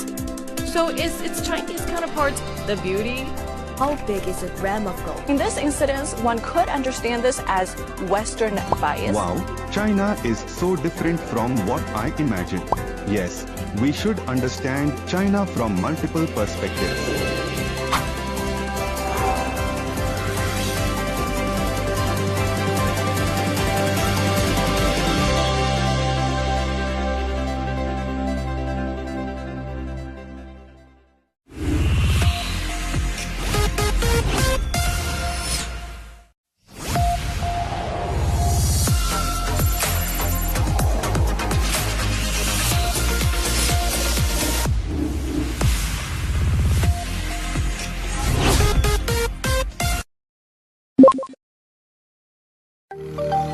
ESG is good for environment, also good for your profitability. How come? I heard also some debate. Is it a win-win? You mentioned an 8% increase in yields. I would say that 8% is not enough, but this is just the beginning. Can it boost profits for agricultural businesses? What does the China market mean to you currently? Chinese market ranks the single biggest market right now. Also for the future, Chinese market is going to be the biggest potential in the group. Why is the China market so important? To dig into all these questions, I sat down with Qin Hengde, CFO of Syngenta Group, who came all the way from Switzerland to Shanghai this week to attend the ESG Global Leaders Conference, where he gave a keynote speech titled Transforming Agriculture Through Sustainable Innovation. Hengde, glad to have you with us. Thank you for having me here today.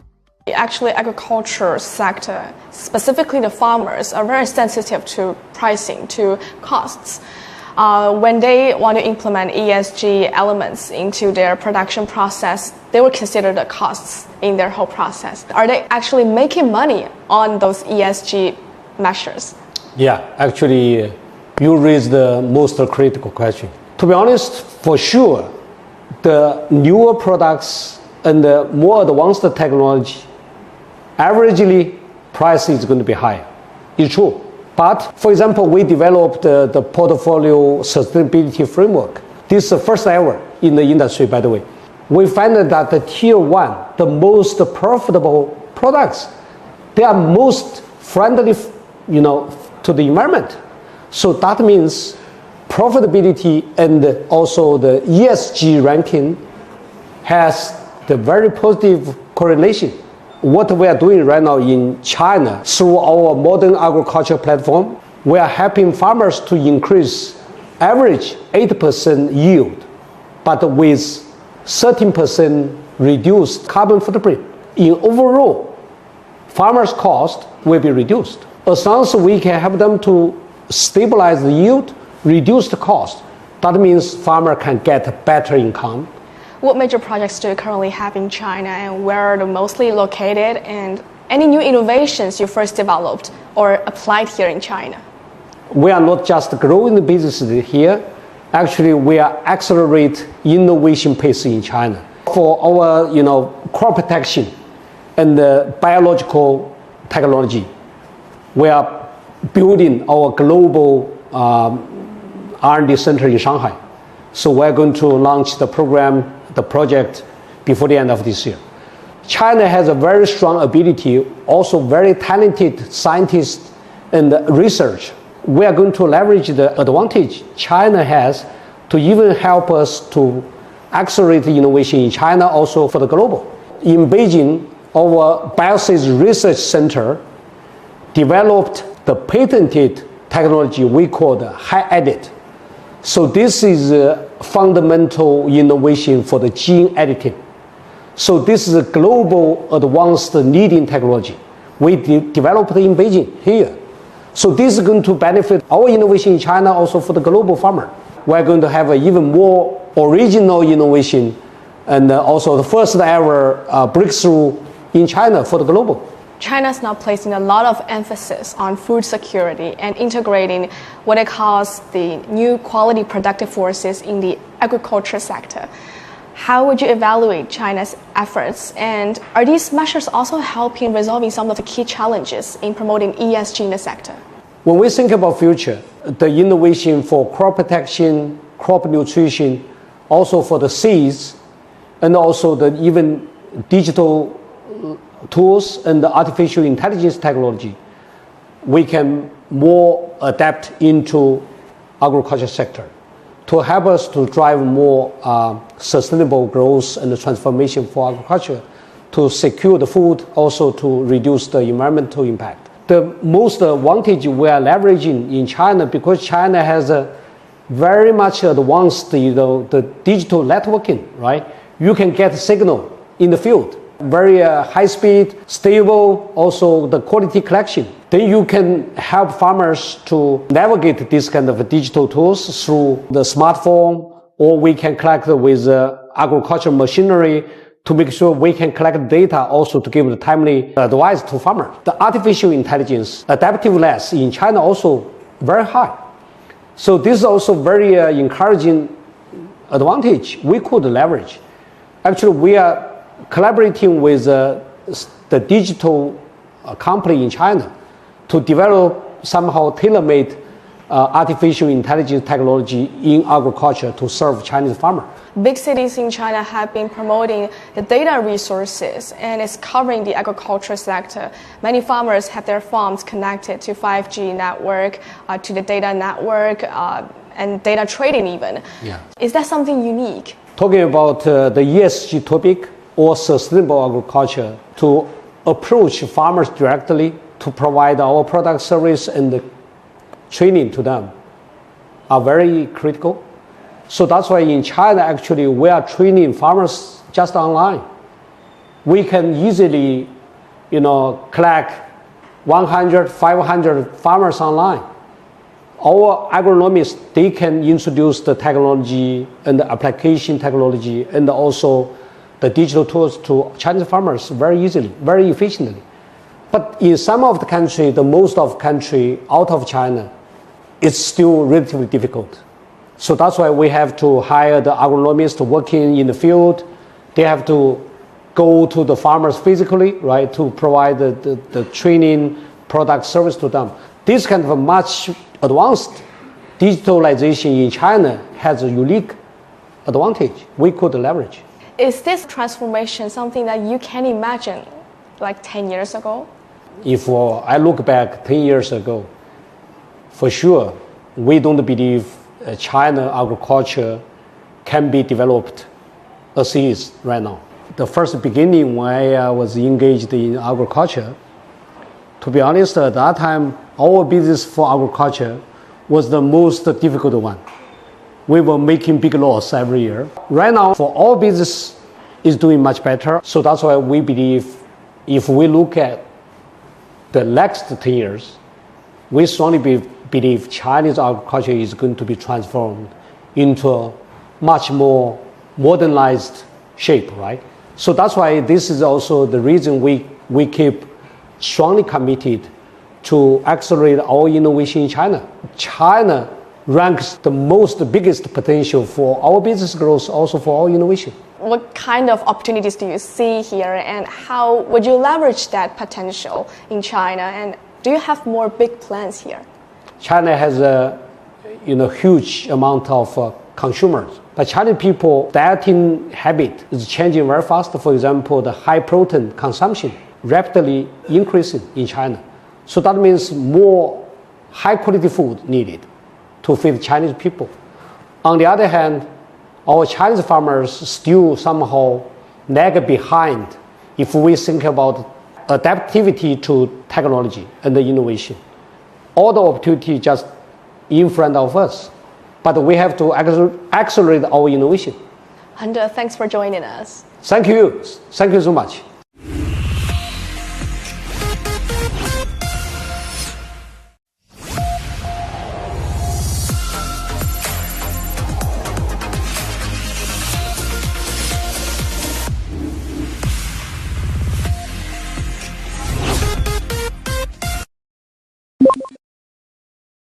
Professor Wei, thanks for your time. What kind of Chinese companies now are interested in going abroad, and any new trends this year? There are several different categories of Chinese firms that are very interested in going abroad. There are Chinese companies, they are very strong, very competitive, but they want to set up factories abroad to be closer to the market. By being closer to the market, you can get the final product price to be lower. There are also companies that are experiencing declining competitiveness if they choose to stay at home. Precisely because China has been growing so fast, wage rate has been growing very fast. Therefore, those firms that produce labor-intensive product, labor cost is a big part of the overall production cost.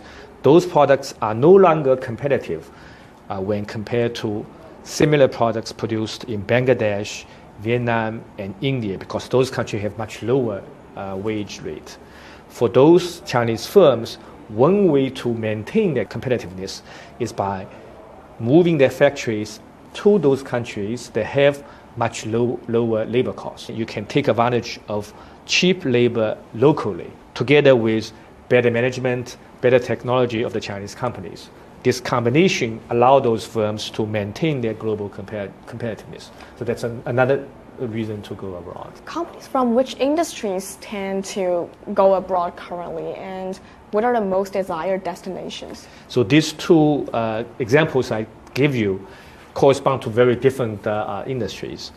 So the example of a firm in the first industry will include electric vehicle companies, right? So BYD, Geely, and so on. These are globally very competitive firms. And they want to move to where the market is, just in order to save transportation cost. Sometimes it's to comply with local regulation. Many countries are worried about competition from Chinese firms that will cause job losses in their home. If you come to set up factories, they welcome you. So some of the European countries are in that categories. And then there will be companies that are in labor-intensive sectors: textile, garment, toy making, plastics, equipment making, and so on. I should mention there are also service sector companies, modern service sector companies. You can be company providing cross-border digital payment, software services. They go where other Chinese companies go. We see companies have been talking about going abroad, expanding their business abroad for quite a while now. But this year, any interesting trends you've witnessed? There are perhaps two relatively new elements. One is some of the overseas economies are doing relatively well.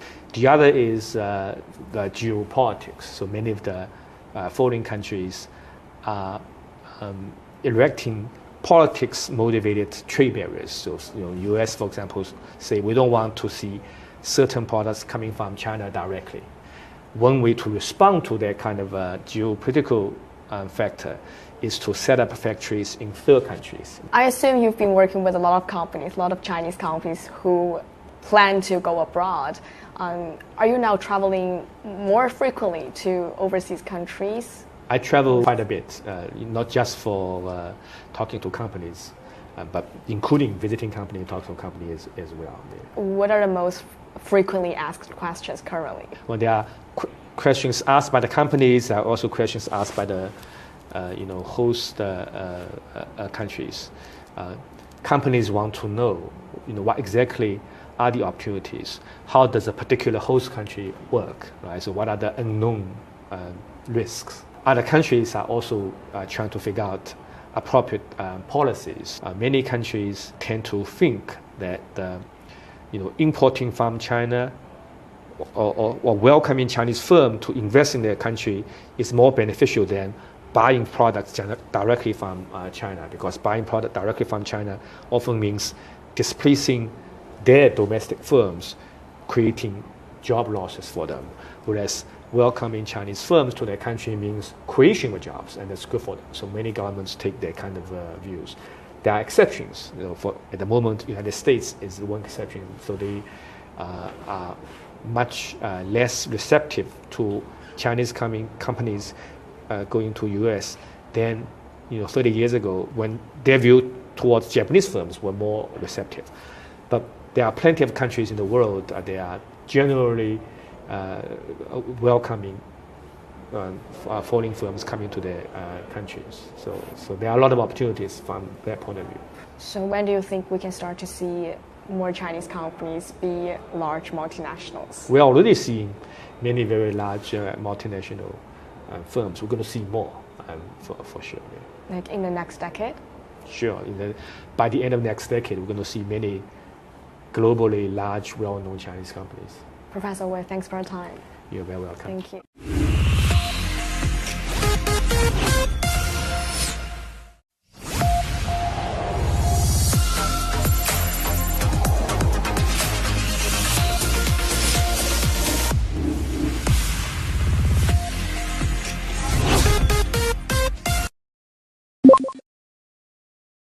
Heidi Dugan, welcome to the program. Thank you for having me. It's great to be here. When he arrived in Australia at the weekend, Chinese Premier Li Qiang said that relations between the two countries are back on track. Is that how Australian businesses here in China see it?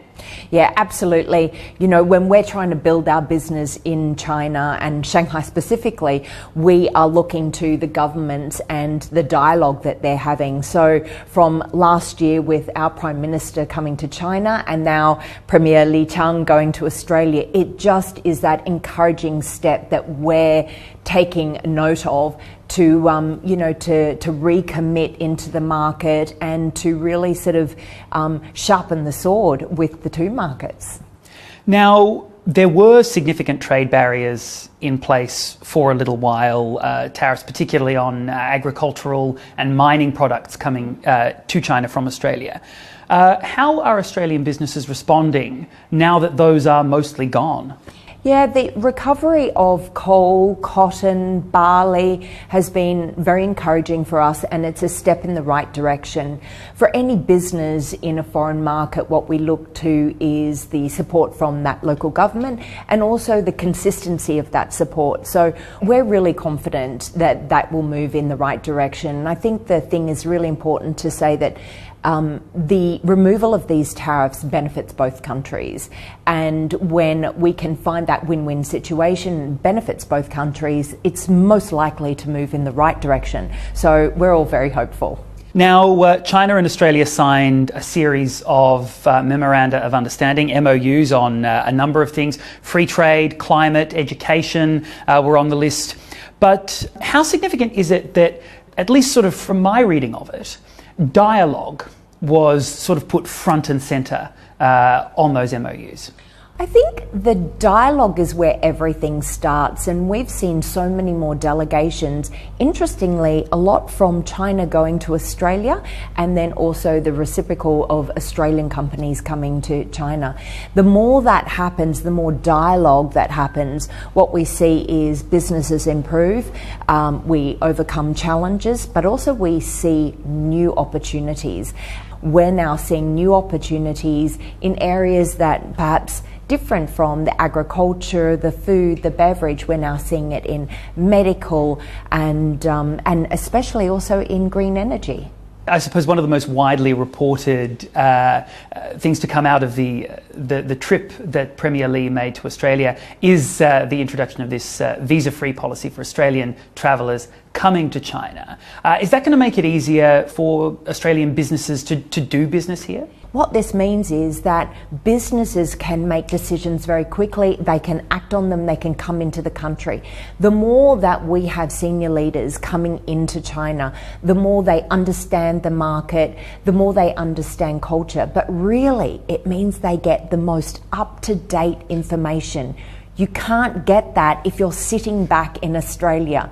You have to see it to believe it, and that's what we need. All the companies that are based here are just dying to get those business people back in the market so they can see for themselves everything that we've been saying. This is a great market, this is a great relationship, and we know that there is a future ahead of us. Exciting times. Heidi Dugan, thank you so much for joining us. Thank you.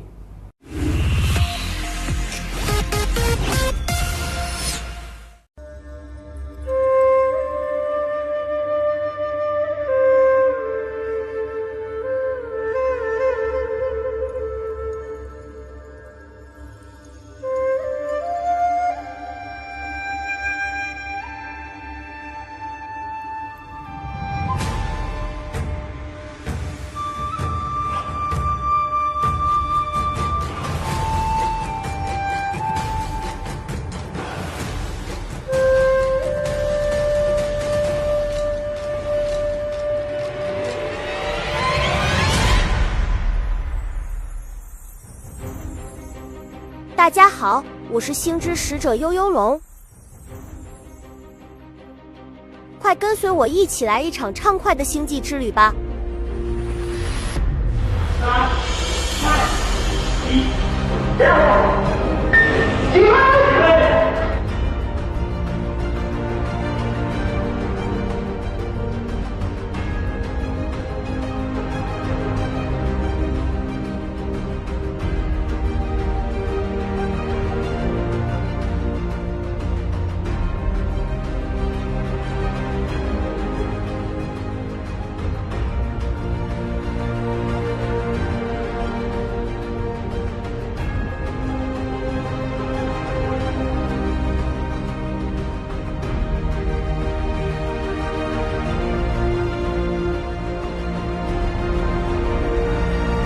浩瀚宇宙是我们永远的中国梦，终有一天会抵达遥远的彼方。现在，让我们继续出发吧。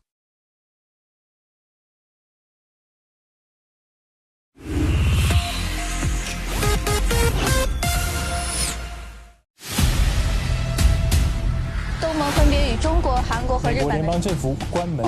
俄乌冲突将是笼罩此次峰会的阴影。敦促其他国家要避免火上浇油。我在这个半个地球以外的华盛顿给找到了。他们希望让自己的生活变得更加美好。你好吗？ This was the first group of students I took to China. My journey is deep into China. Not too many people get this view.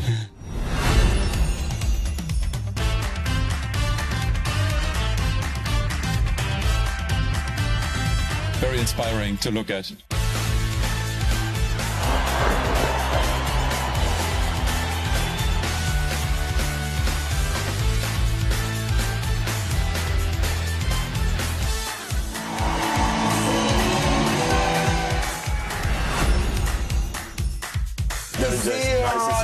Yes, this one's very good. Mr. Christopher Nolan. It's very exciting to be back in Shanghai. I'm at NYU Shanghai. Give you an exclusive tour inside. 让更多的外国人更加理解了上海话的内涵。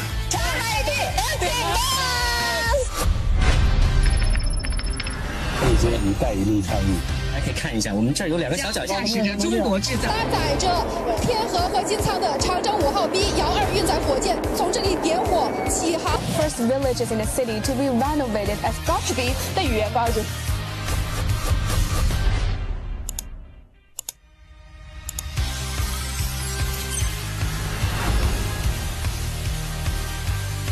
Welcome to the premiere of Chinese puzzle.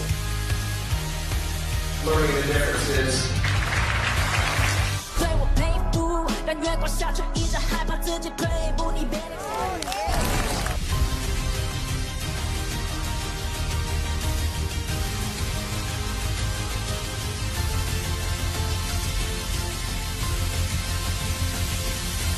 SMG International.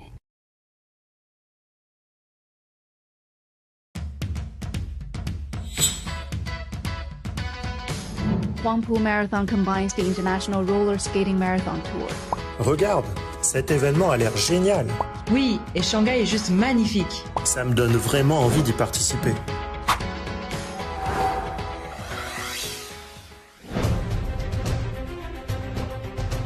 The Zootopia Park at the Shanghai Disney Resort. В Китае отличная инфраструктура.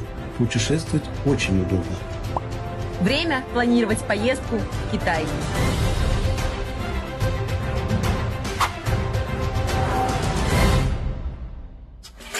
Are you ready to begin your studies in China?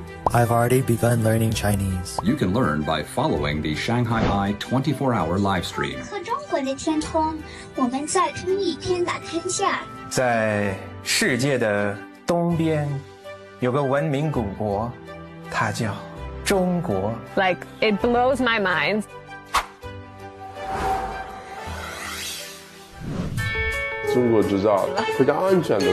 China has been a leader in embracing investment. Decoupling of the economies is not a solution. Die Freundschaft mit China nützt unsere Wirtschaft. Ich habe jetzt ein besseres Verständnis für viele Kooperationskonzepte. I would say China's a lot stronger today in innovation.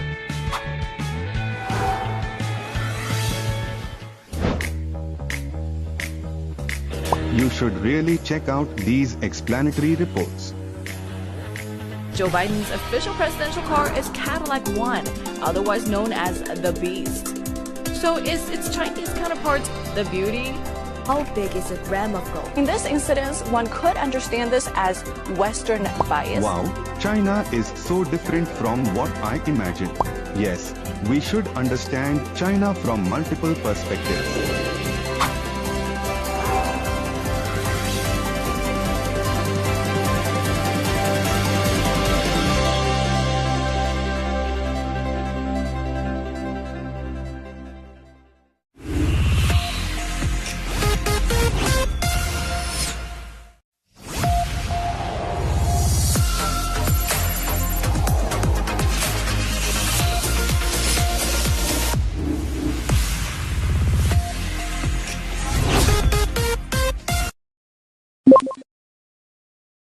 The big promise of technology is that it should make our lives and our work easier and more efficient. Agriculture might be one of the oldest forms of work there is. But modern agribusinesses have seized on the opportunity to innovate. We should expect between 20 and 30% efficiency gain. That means a few months, a few years? No, that would be years.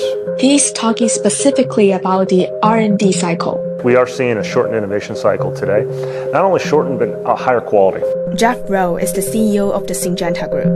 I met him Monday at the company's office in Shanghai right after the signing ceremony between the group and Shanghai's Jingshan District Authority. That is where the company will build a 64,400 square meter crop protection innovation center. China is moving very quickly.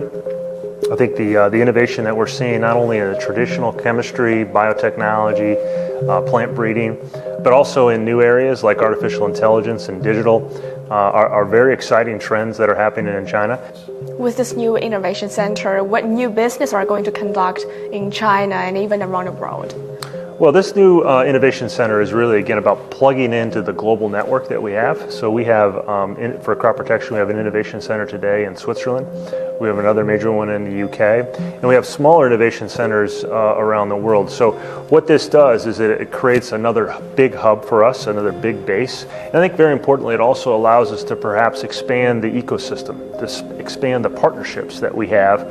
We've been developing in China for a long time, but I think this innovation center will accelerate the expansion of those collaborations. What new area are you going to focus on?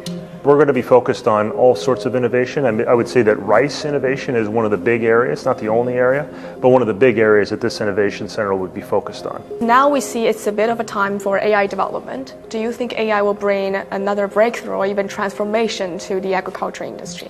Yeah, in fact, we're already seeing AI have a major impact on our R&D footprint. So basically every new product that we introduce has been touched in some form by artificial intelligence or machine learning. I see potential both in terms of our internal expertise and efficiency in R&D. We see it also internally with how we manage our supply chain. We have a very sophisticated, complex supply chain that has to operate very efficiently around the world. But then the third component is how we help artificial intelligence have an impact on farmers' decisions. So in the AI field, there are a lot of new players. You may have heard of DeepSeek recently. What role do you think China is playing in that AI application? AI, like really almost any innovation that you can think of in the world, China has an important role to play. And so I'm very excited about, how we can work with the ecosystems that exist in China today to be able to tap into what is being done, perhaps in other industries. It's a tool, but by itself, it's just a tool. We bring the expertise and the practical situation that allows the tool to really have an impact on something that matters to society as a whole, which is food security and improving climate change. Will people be able to see this cooperation with your new research facility in Shanghai? Yes, I believe people will be able to see this. Now, it takes a while for innovation to get to market. We call ourselves a long cycle business. It takes quite a while, very similar to, say, the pharmaceutical industry. But a lot of what people will see will be improved products that hopefully get to the market faster. Syngenta's new innovation center in Shanghai will open in 2028.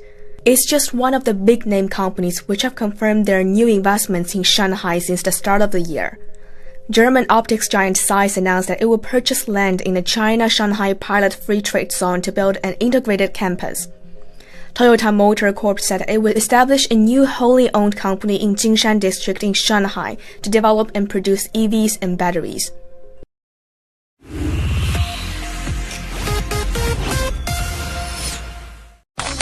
The current technologies come to an end.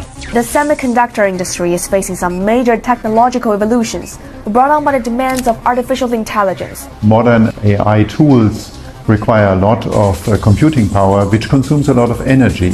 The path ahead for the semiconductor industry is crystal clear. Glass will be taking us to the next level. The development of high-performance glass has brought new hope.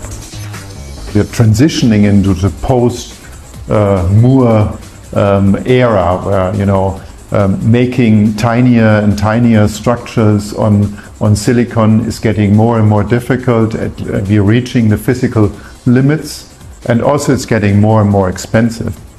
And advanced packaging is an alternative route to increase performance of semiconductors or semiconductor computing power. German headquartered Schott established a division this year focusing specifically on high-end glass products and services for the semiconductor industry. While glass has long been a part of semiconductor manufacturing and in the equipment that manufactures semiconductors, a lot of the current emphasis is on how glass can be applied to semiconductor packaging. Glass will become a part of the semiconductor packaging itself, and that presents a great opportunity in the next years to come. And it's now the right time for us to invest into that opportunity. With advanced glass packaging, it will be possible to increase the performance by about up to 40%, and at the same time also lower energy consumption by 50%. The company is now planning for something big in China. It has already been working with Advanced packaging is something that is currently in a development phase with all the players in industry, and it will go into mass manufacturing probably in the second half of this decade. China plays an important role in